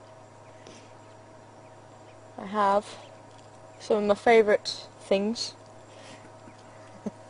Where do you want them? Here? Or do you want them there? There. So, guys and gals, everywhere across the world, what made that dung? If I can put my finger there, you should be able to get a size comparison. Unfortunately, Sebastian's not up for a game. Box drawl. Spitting competition. The spitting competition. With you? With me. Okay. Are you? Yeah. Can I have a spitting competition? I'm sure you're Gonna gonna win. You probably will. So, okay, we're gonna have round 2. Unfortunately, I failed miserably with Herman. So if you're going to join me down here, we'll show you a game that Afrikaans people used to play before TV was invented, and we still play it here in South Africa, especially when a few drinks have been imbibed. Where are we gonna play?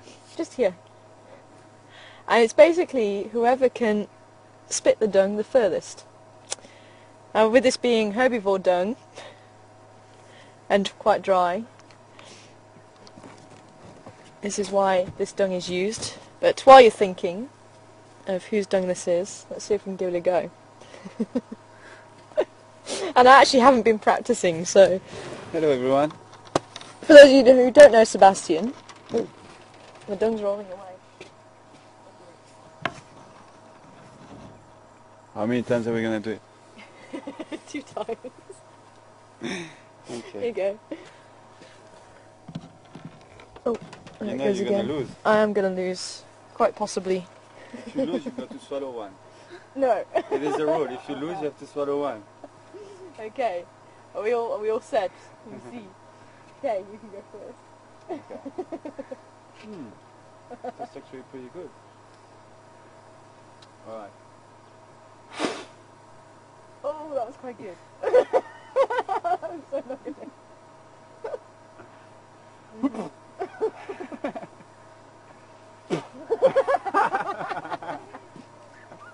Okay, I give you a second Well, chance. okay, one Otherwise more. you swallow it. No, Otherwise you've got to swallow this one.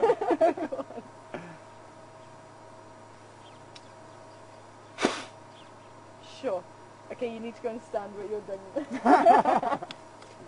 Okay, Sebastian's going to actually go and stand at how far his dung went. Mine's quite pitiful.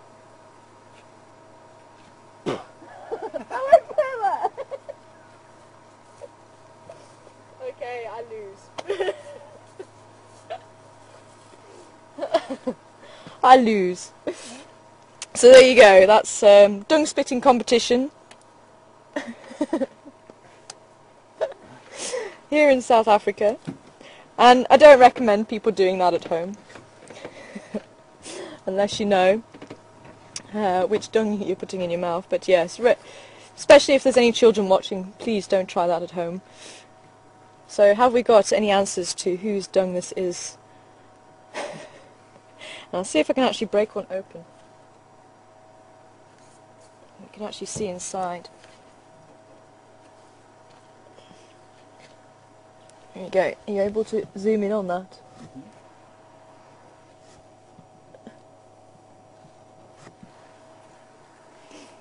So round 2 I failed miserably again. But if you have a look inside this dung, it is very, very fine. So that should also help to determine whose dung it is.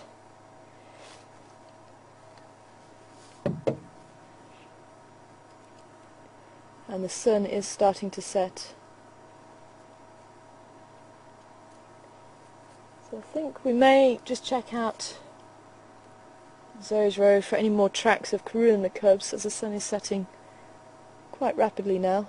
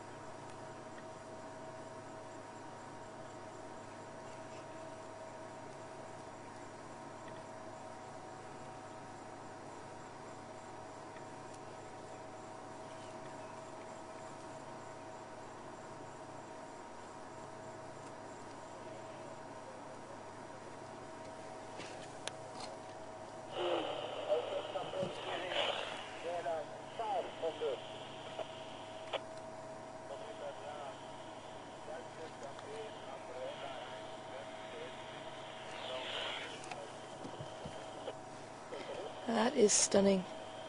But shall we continue on while we still have some light and see if we can find the Lady of Juma this afternoon?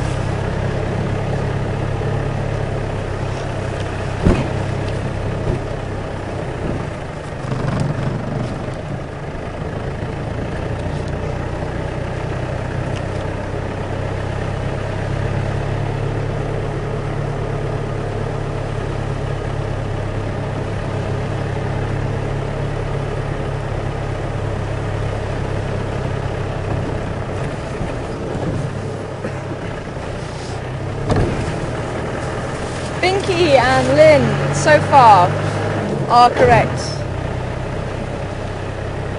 Joanne, also correct.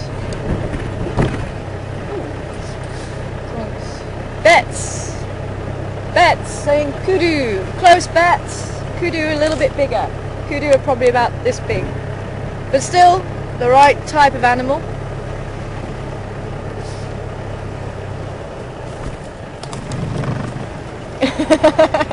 Bill having to come here to get educated on the games. I'm hoping you're learning as we're going.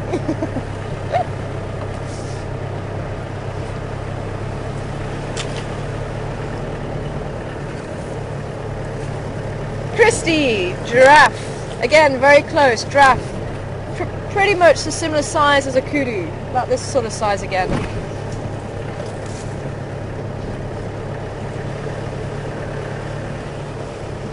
And Alan Hewitt. Spring hare. Close, Alan. Very close, but spring hare, even though it's the same sort of size, you wouldn't be finding dung that colour from a spring hare.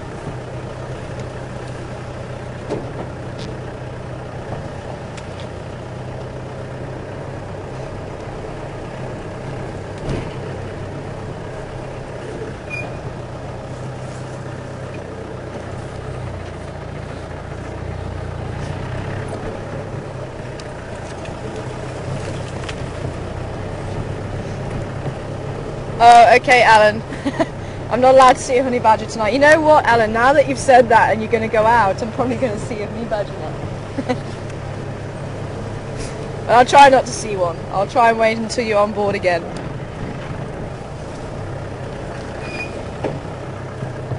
You just got to make a deal with everyone back home. Everyone's got to cover their eyes if we do see one.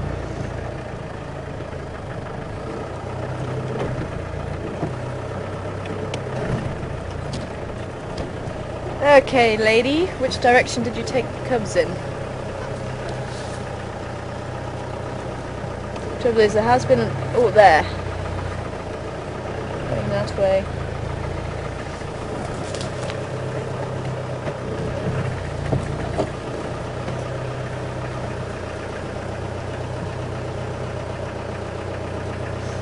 Yep.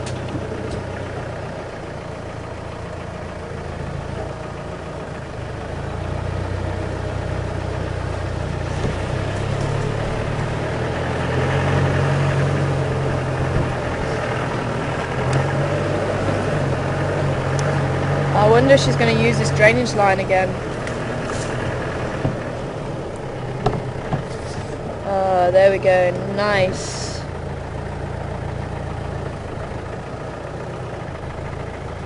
She has walked this way. Maybe even sometime soon.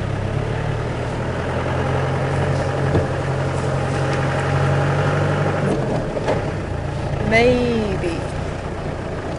Keep a lookout for a leopard along here. They're looking fairly fresh, these tracks.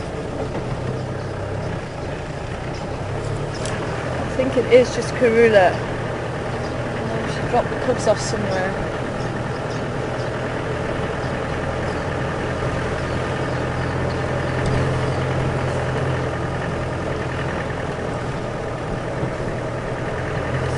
David, also correct. Bill, mongoose.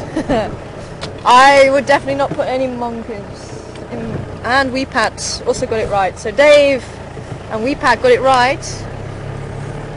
But I wouldn't be putting mongoose dung in my mouth, believe me. With it being a carnivore, I wouldn't even pick it up with all the bacteria and everything. Mary close with Nyala.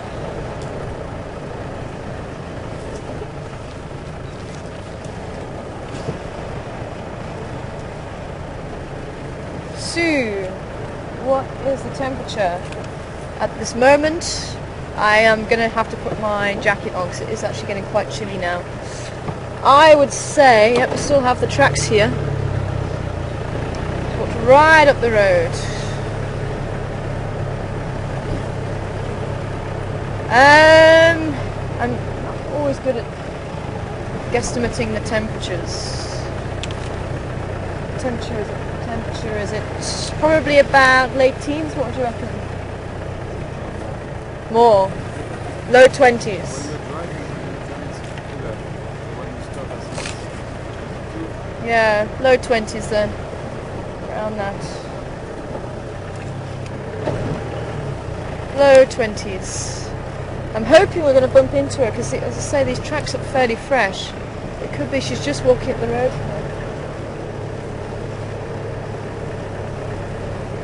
So, for everybody who wasn't too sure, it was Impala dung.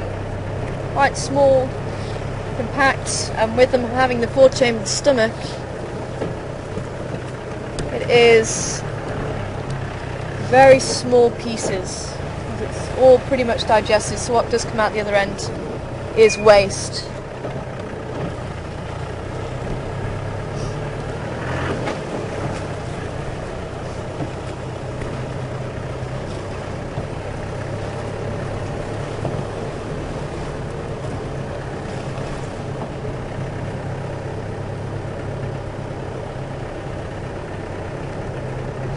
She could be around the next bend.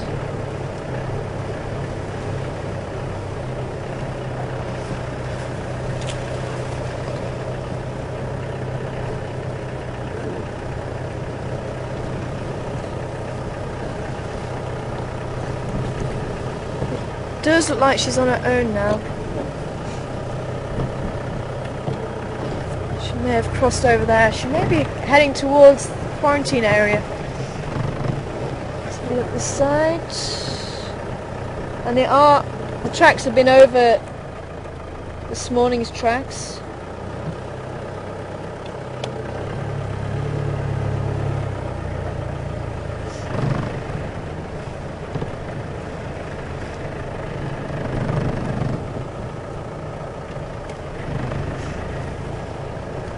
Hi Christy, good question. How can I tell Karula's tracks from any other leopard tracks? Karula's tracks compared to the boys are quite small. The boys are about 8 centimeters. Hers are about 7 centimeters, and the cubs, who are 4.5 months old, are about 6 centimeters. There was only a centimeter difference in them when I measured them. Yep, they've still got the tracks. So her tracks are quite small. So her tracks would reach along my thumb about here. So from the tip of my thumb to there. That's Karula's track.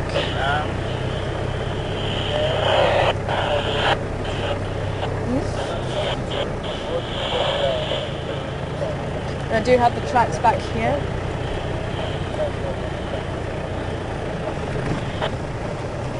Oh yes, oh wow. Got a small giraffe.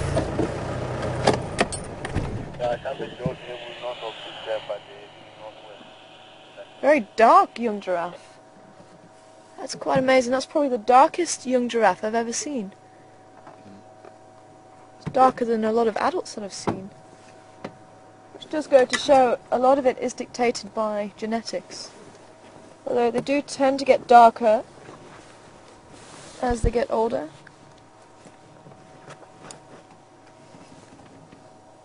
And generally, males seem to be darker than females, but not always. Seem very dark females. Ah, there's Mum. Ooh, what are you watching? She's looking at something in here.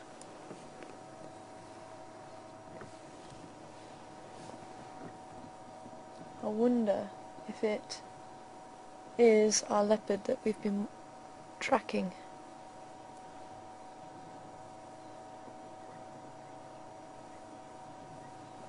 She is watching something.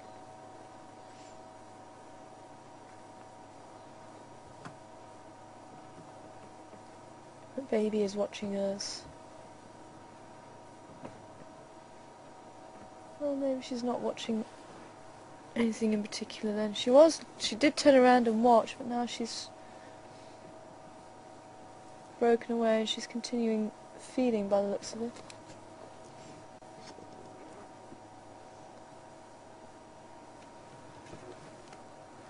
I just have this feeling we're very close.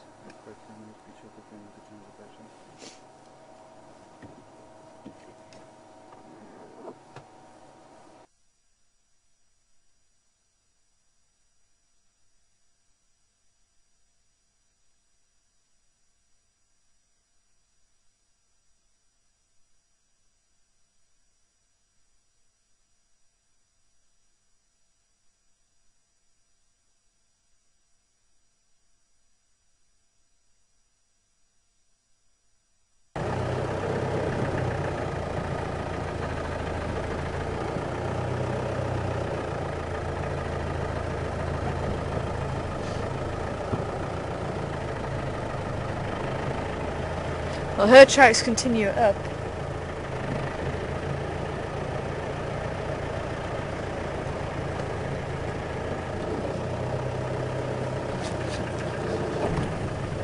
There's such a beautiful young giraffe there. You see it through there?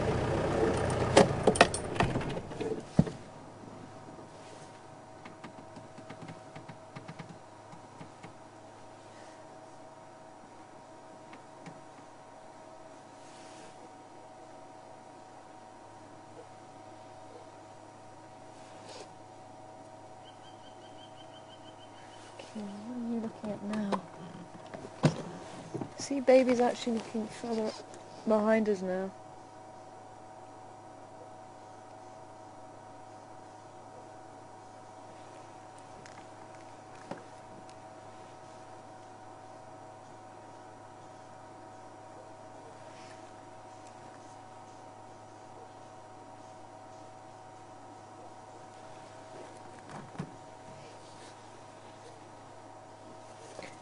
Are you seeing something, little one?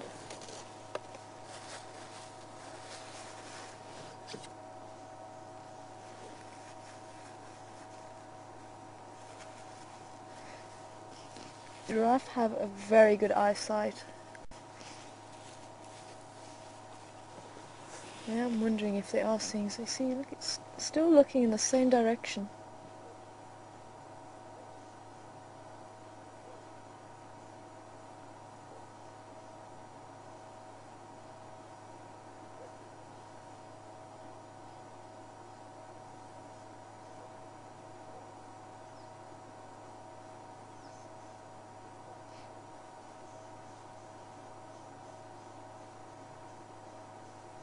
But there could just be a small antelope moving. Could be a warthog that's caught their attention.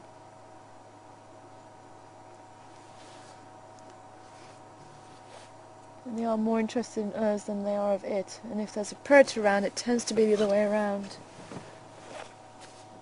But let's just see if we can just move back a little bit. But I am quite keen to keep going because I'm pretty sure I'm hearing the dogs barking, and it could be because of Karula being around there.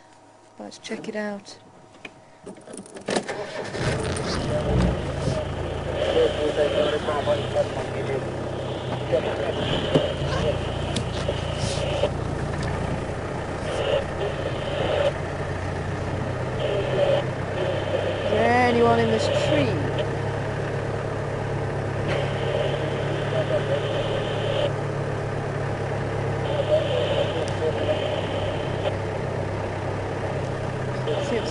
Yeah, they're looking.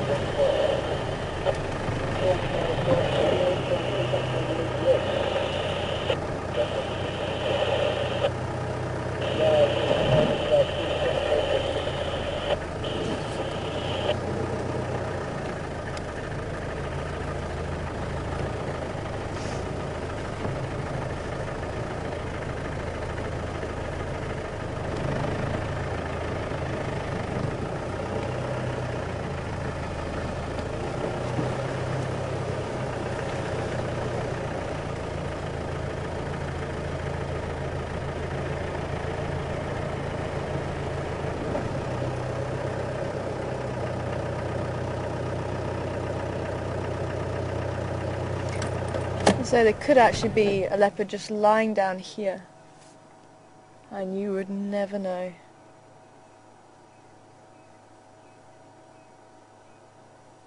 Unless the tail flicked or an ear flicked and you just happened to look in the right direction at the right time.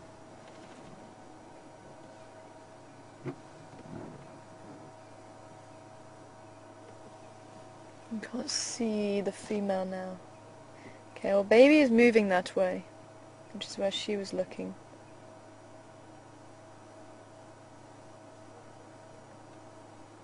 It doesn't seem to be too phased.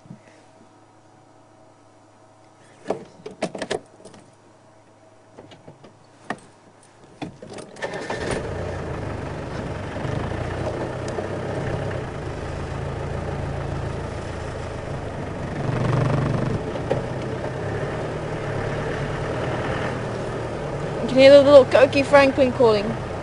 Goki, Goki, Goki, Goki. No, I'm still getting the tracks here, so maybe.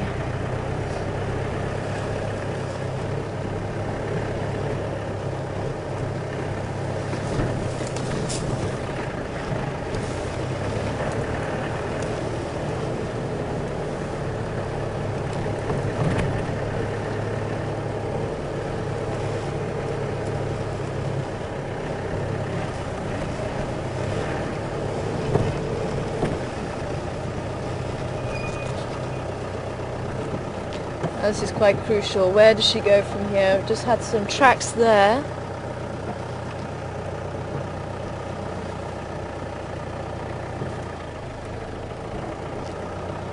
Here we go, down here.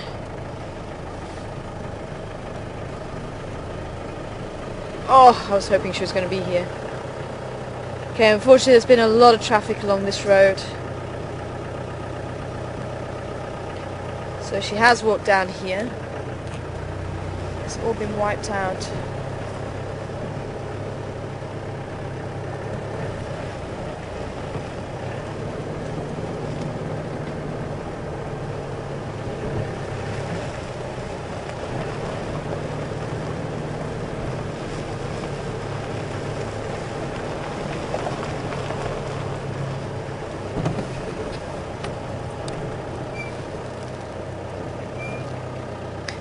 Let me just jump out and I'll have a quick check in this corner.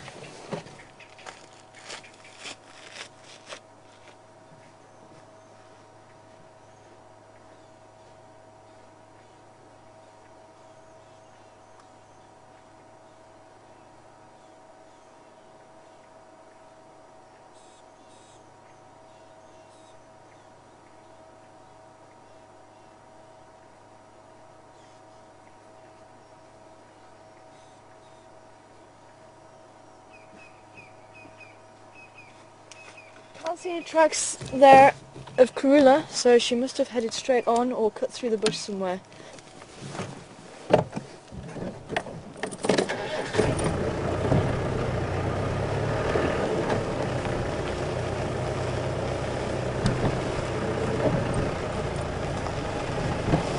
I can't see the cubs with her at this stage, it's just her tracks.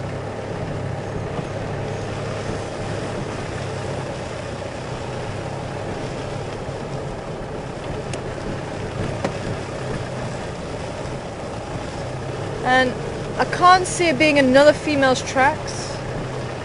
Her daughter Shadow, as we know her, Tingana, lives on the western side. She's been giving a lot of grief to her recently, pushing her further west, so I really can't see her daughter coming this side.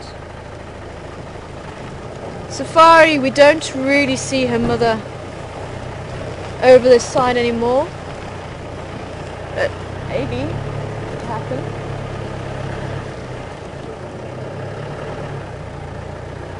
I do wonder if she went past here.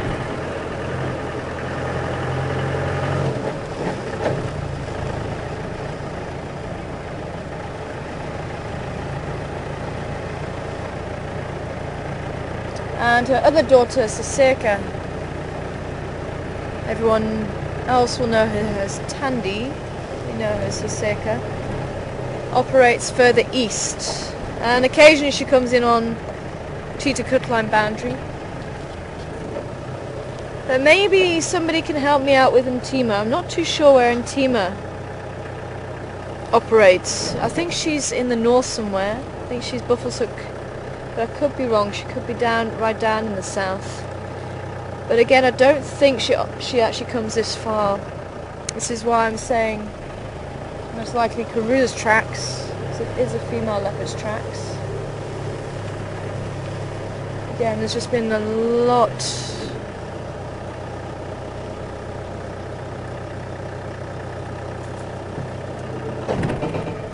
of traffic all over here. She may or may not have gone into the drainage line already if the dogs were barking at her. Okay, let's go and check around Gowrie Dam, and let's check the quarantine area in case Mishu pops up.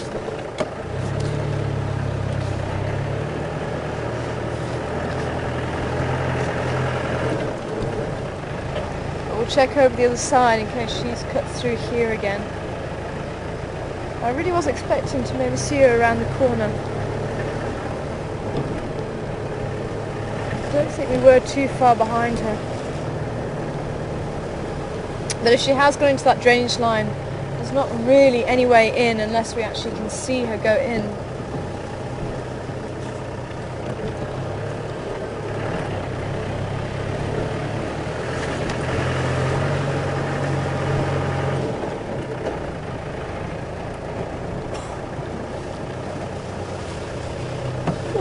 Hello Nyala. Oh, look at these two beautiful bulls. The baboons are making their way back to bed.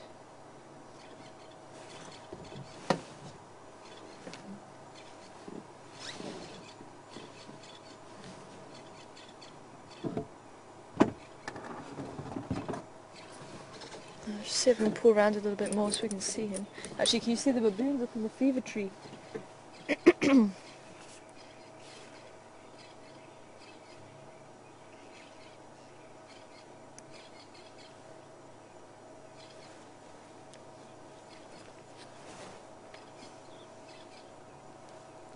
You see the baboons at least.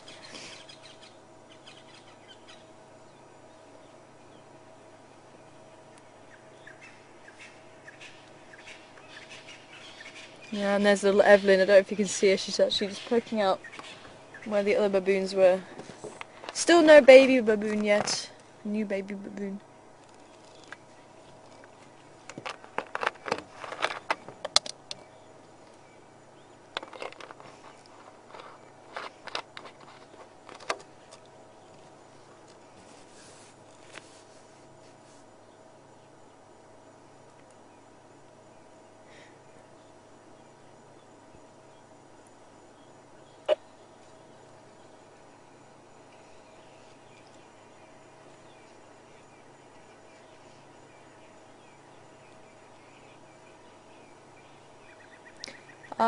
Thanks Rosie.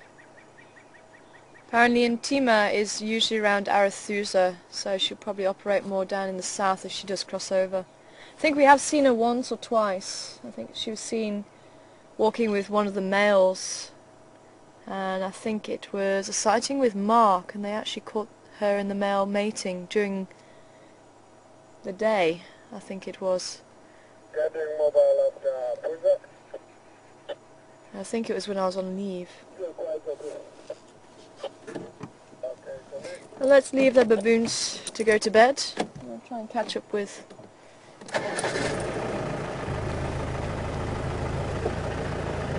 the nyalas.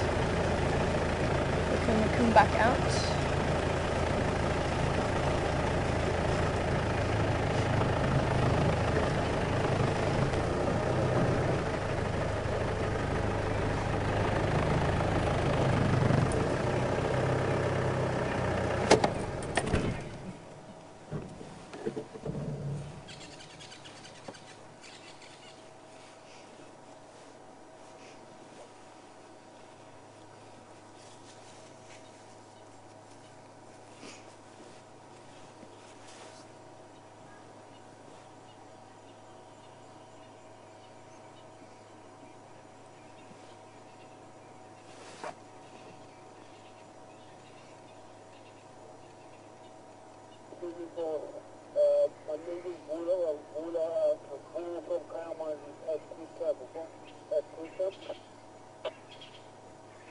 Sure.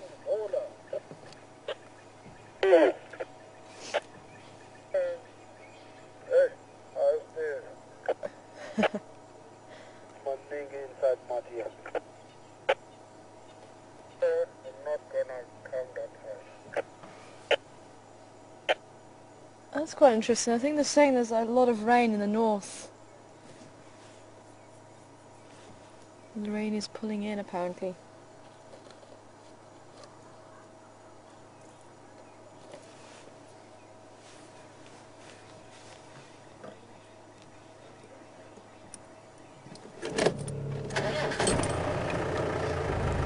So I want to quickly check out this area, see if Mishu is on the prowl yet.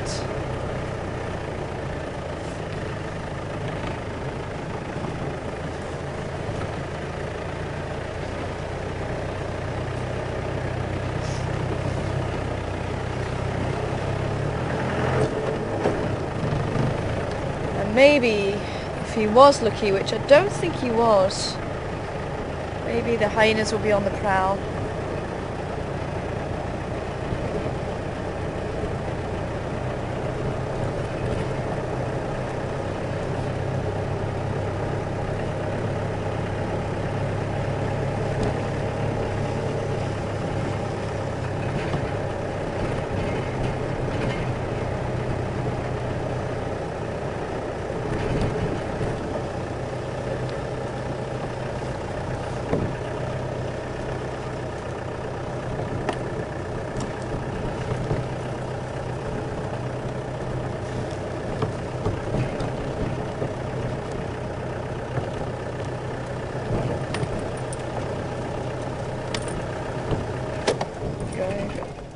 Two impala rutting again.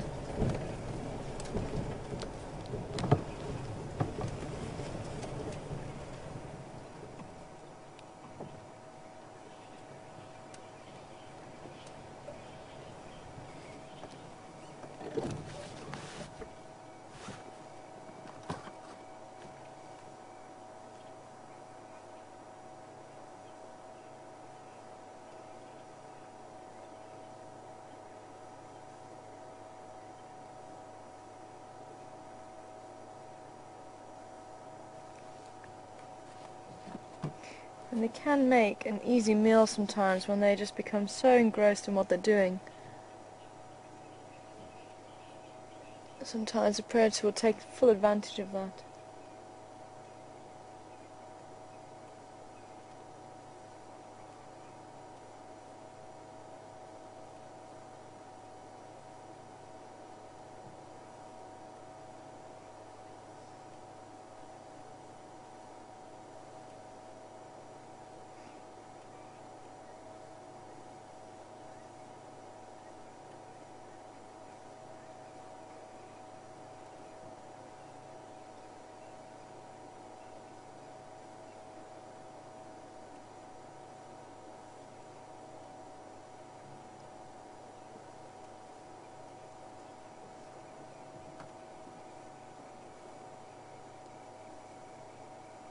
They keep looking behind them, and I definitely saw some of the vegetation move back there.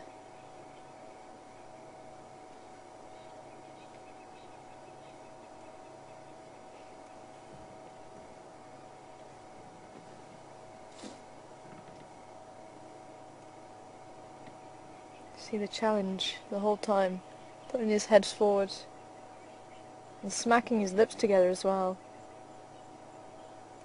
And see the tongue flicking out.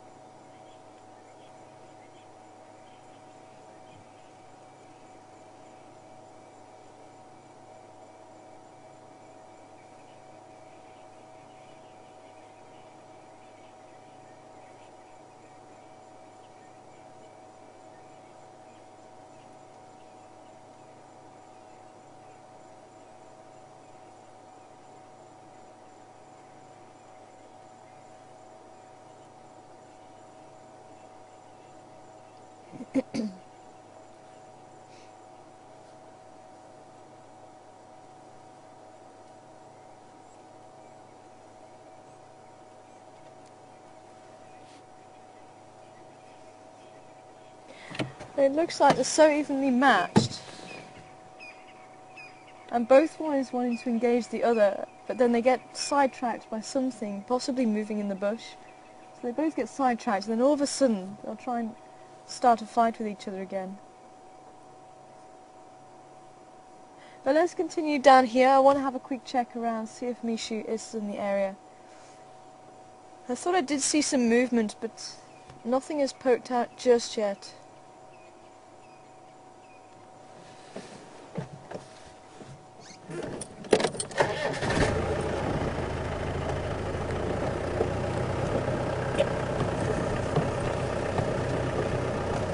Maybe Karula is coming through the drainage line to Gowrie Dam.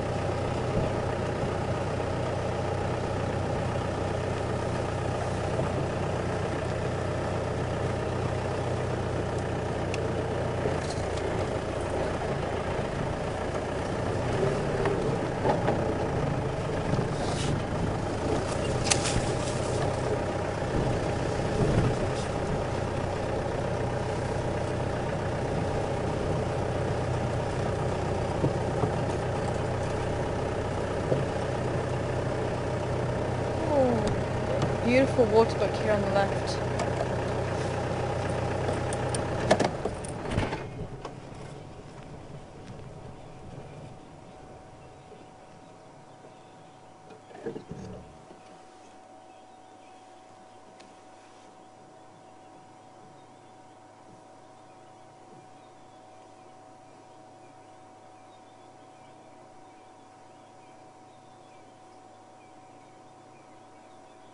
I can hear a few guinea fowl calling down there, but nothing alarming.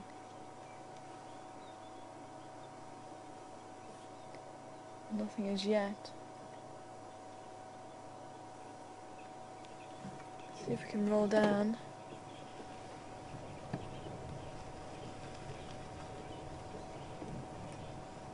Oh, there's a beautiful male water duck just coming into view here, look.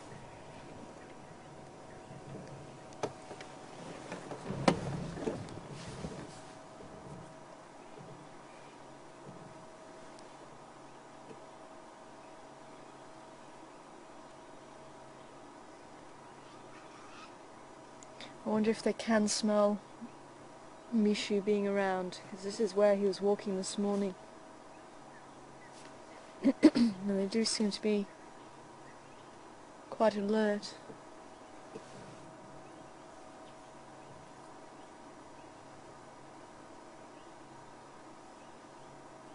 He is stunning.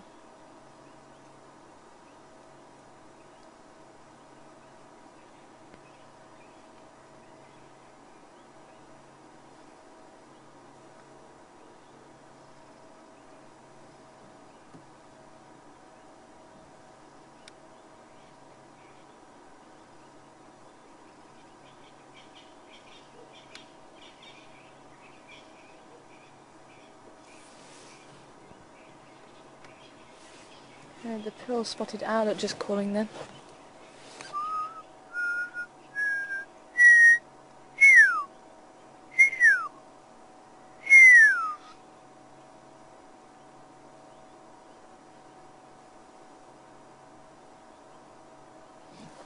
Roll down a little bit more. There's actually a baby waterbuck just behind the bush here now.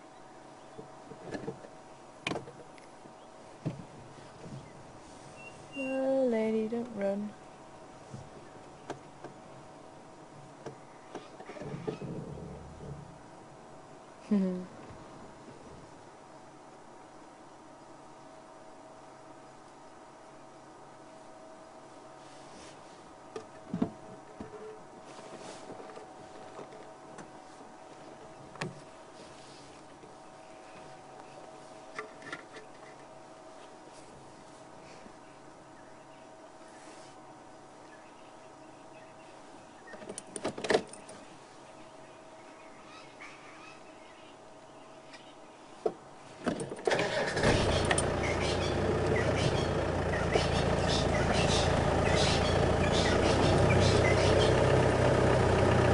Territorial calling from the Franklins just next to us.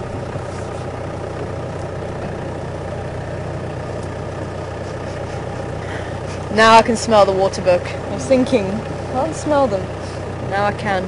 Waterbuck do have this very musty odour. We're just, wow. Yep, really can smell it now.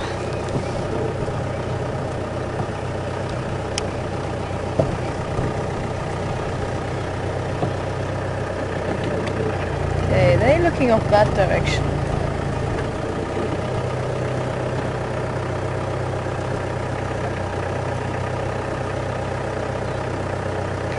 But I think it's more likely they can possibly smell the leopard that was there. We're going to do a bit of a lap around here as well before we head over Gowrie Dam Wall. But I do wonder if this is where Karula's going to come through.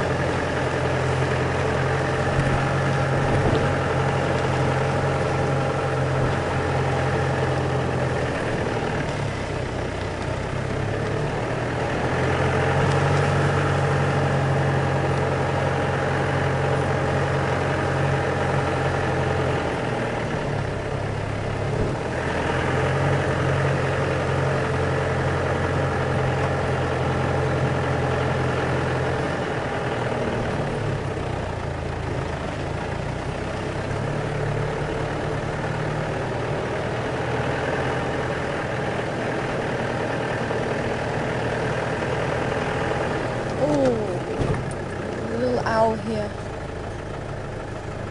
I'll try and get as close as I can. Little pearl-spotted owlet. The owl that was calling. Oh, there it goes.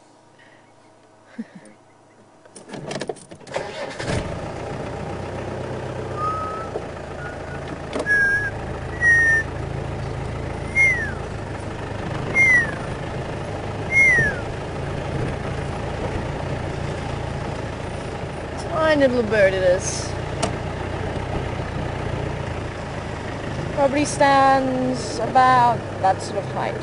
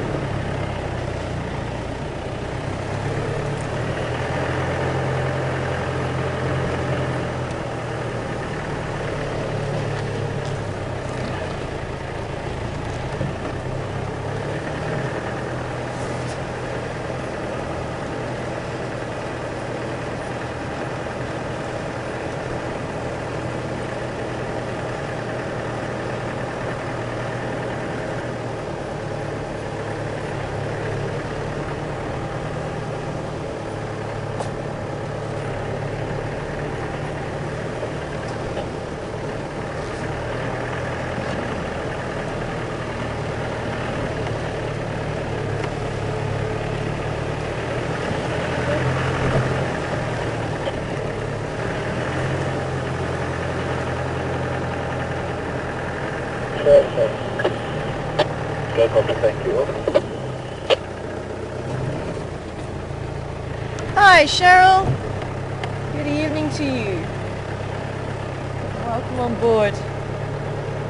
Is this the rutting season for all the antelope?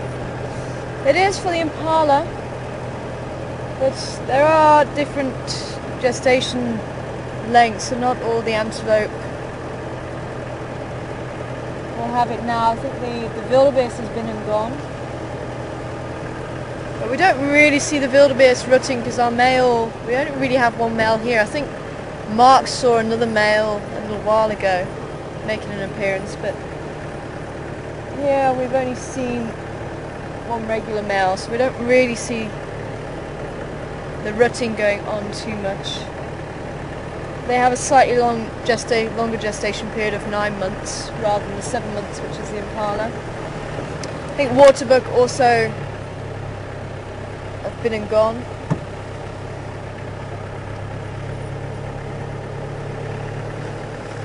And most of the births of those antelopes will coincide with the rains. Okay, where do we go from here? I was hoping to maybe even bump into a hive. Okay, let's go down and go over the dam wall and do Mvugu Road. Maybe come down Gallego shortcut if we have time. I really thought we'd bump into Karula.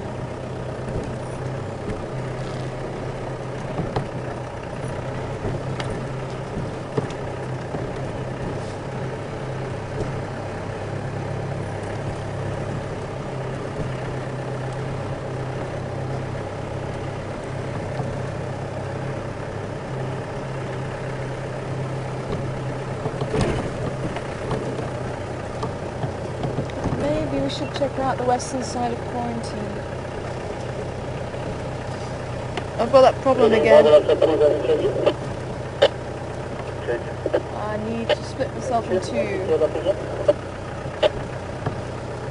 Come again. What is your left? One that left.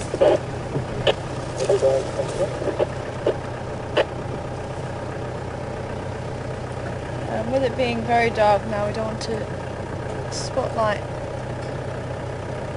the antelope too long. Yeah, there on our right. Come on, Mishu, do us proud. Pop your head out of the bush.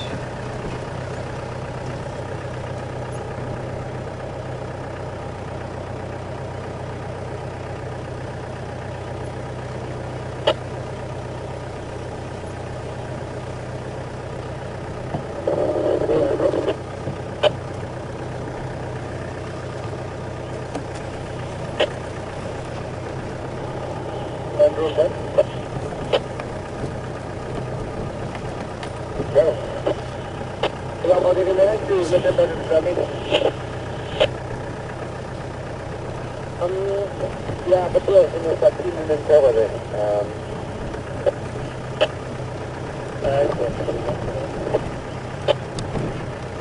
Thank you, yeah, but it's too important.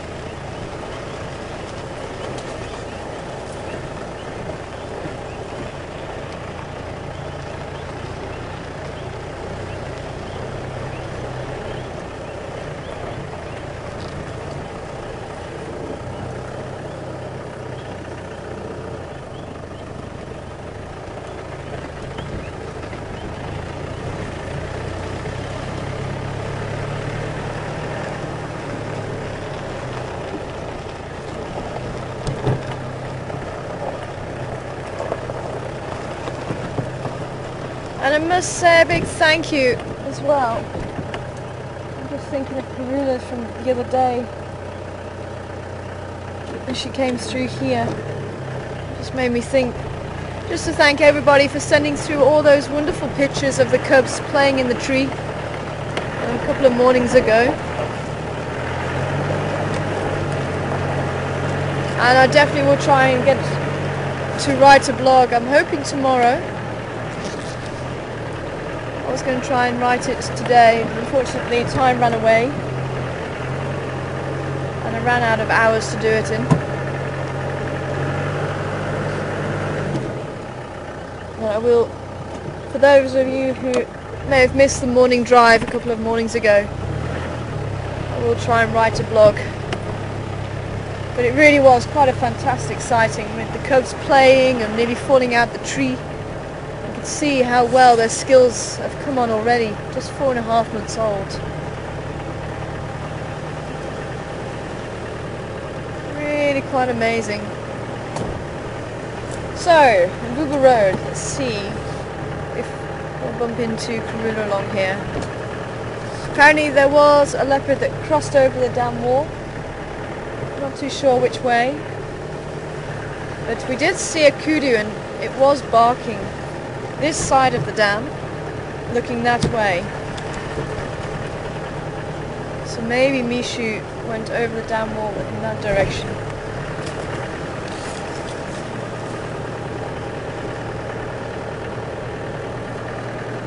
Or maybe it was Nduna, his brother, or even Karula herself. Judging by those tracks on Zoe's Road, I think Karuna was on the move later on in the day.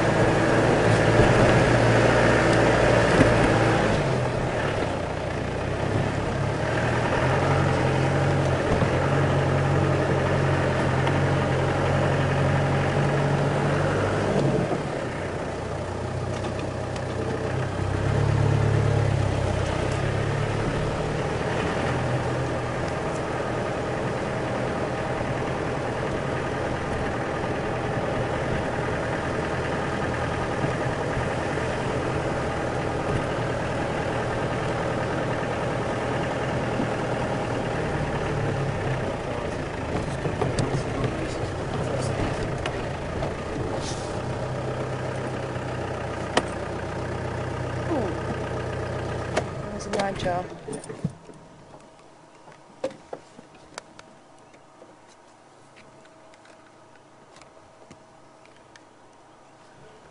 Can you track that? Oh, we need to just do something with the camera quickly.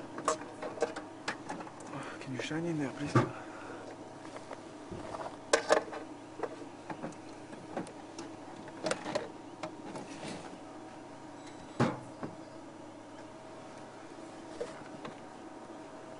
Otherwise we'll lose you. We may just quickly lose you just for a couple of seconds and we'll be back with you.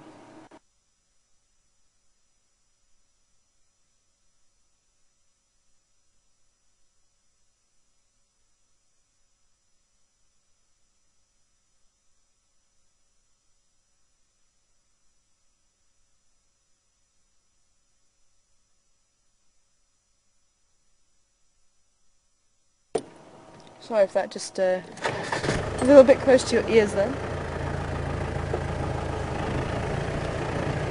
Hopefully you're back with us. You should be back with us.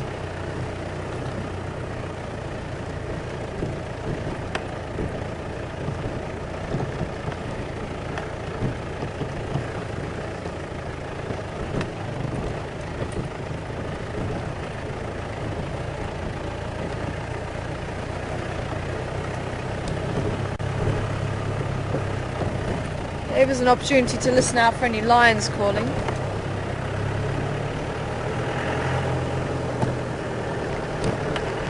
But apparently there was possibly a couple of males following the Nkuhumas into Buffelshoek, which lies to the north of our traversing area. So certainly, if you can, keep a listen out on the Waterhole channel. You might hear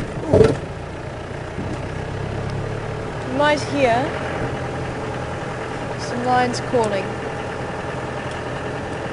and if you do, definitely let us know in the morning. So we may be lucky enough to have the lions walking through.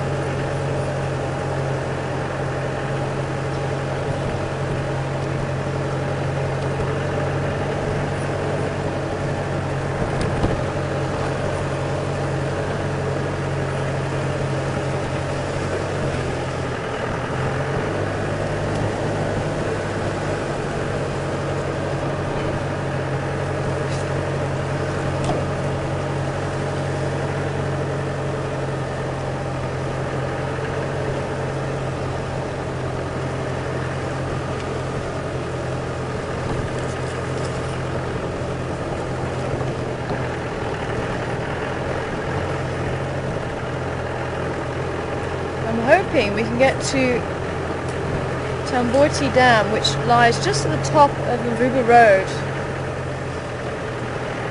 That's just outside our traversing area, but especially Misha and Duna, we've actually found around on the Mvubu side of it quite a number of times, and I'm just wondering if that's where they may have headed. And then we'll drop down onto Gallego Shortcut, which is another possible road that Karuna took. So I didn't see any of her tracks heading on to Gallego. Could be that she did sneak across to quarantine area, but we didn't see anything over there. But with that road being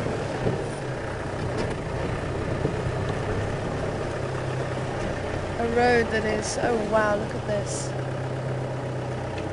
that is used quite often. Unfortunately her tracks did get completely wiped out from what I could see. I don't know, are you going to be able to catch this? We've got the bark spider, and maybe his web has been destroyed so often. It's actually got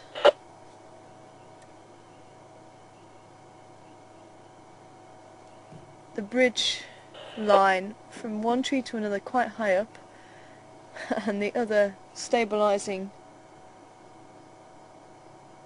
part is just to the right of the road. It's probably just happened to that it's just made it like that, but it's still quite impressive.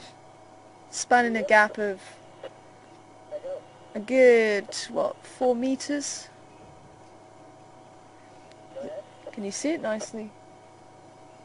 Yeah. You might even be able to see the web shining up in the spotlight too.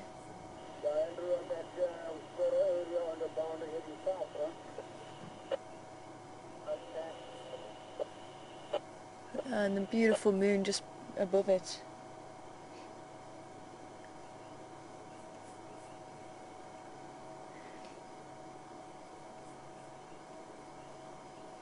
Half moon, on its way to becoming full moon. And already throwing a lot of light.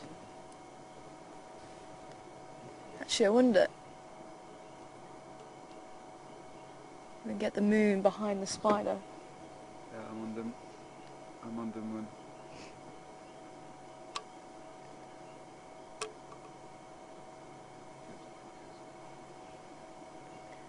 Just want to see if we can move forward, Seb. See if we can get the moon behind.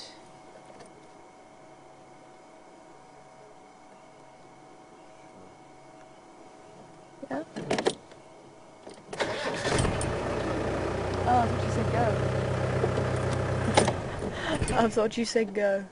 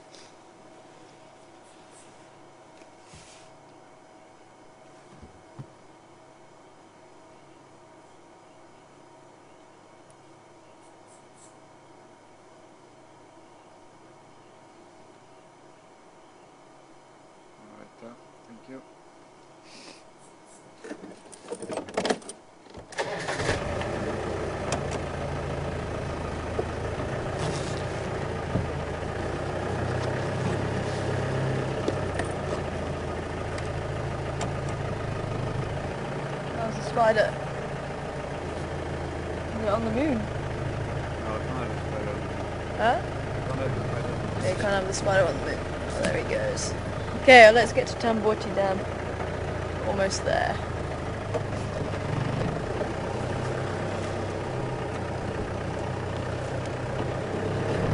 Wanted to see if we could get the spider on top of the moon.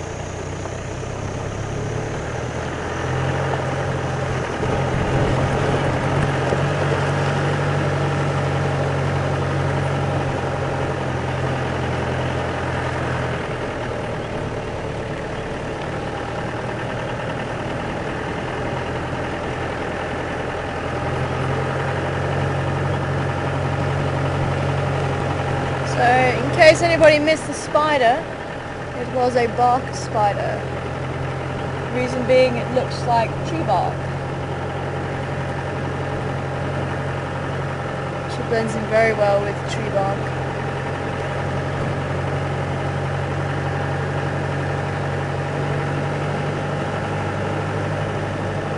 Oh, it looks like the lady isn't going to grace us with her presence today. Maybe she'll pop up tomorrow.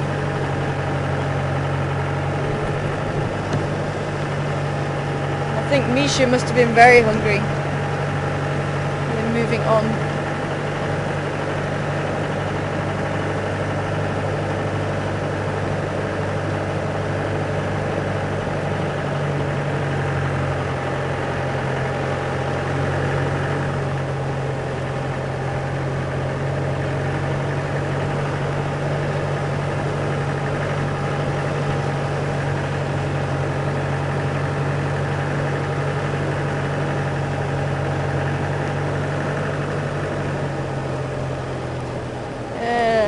Sounds like I'm out of time.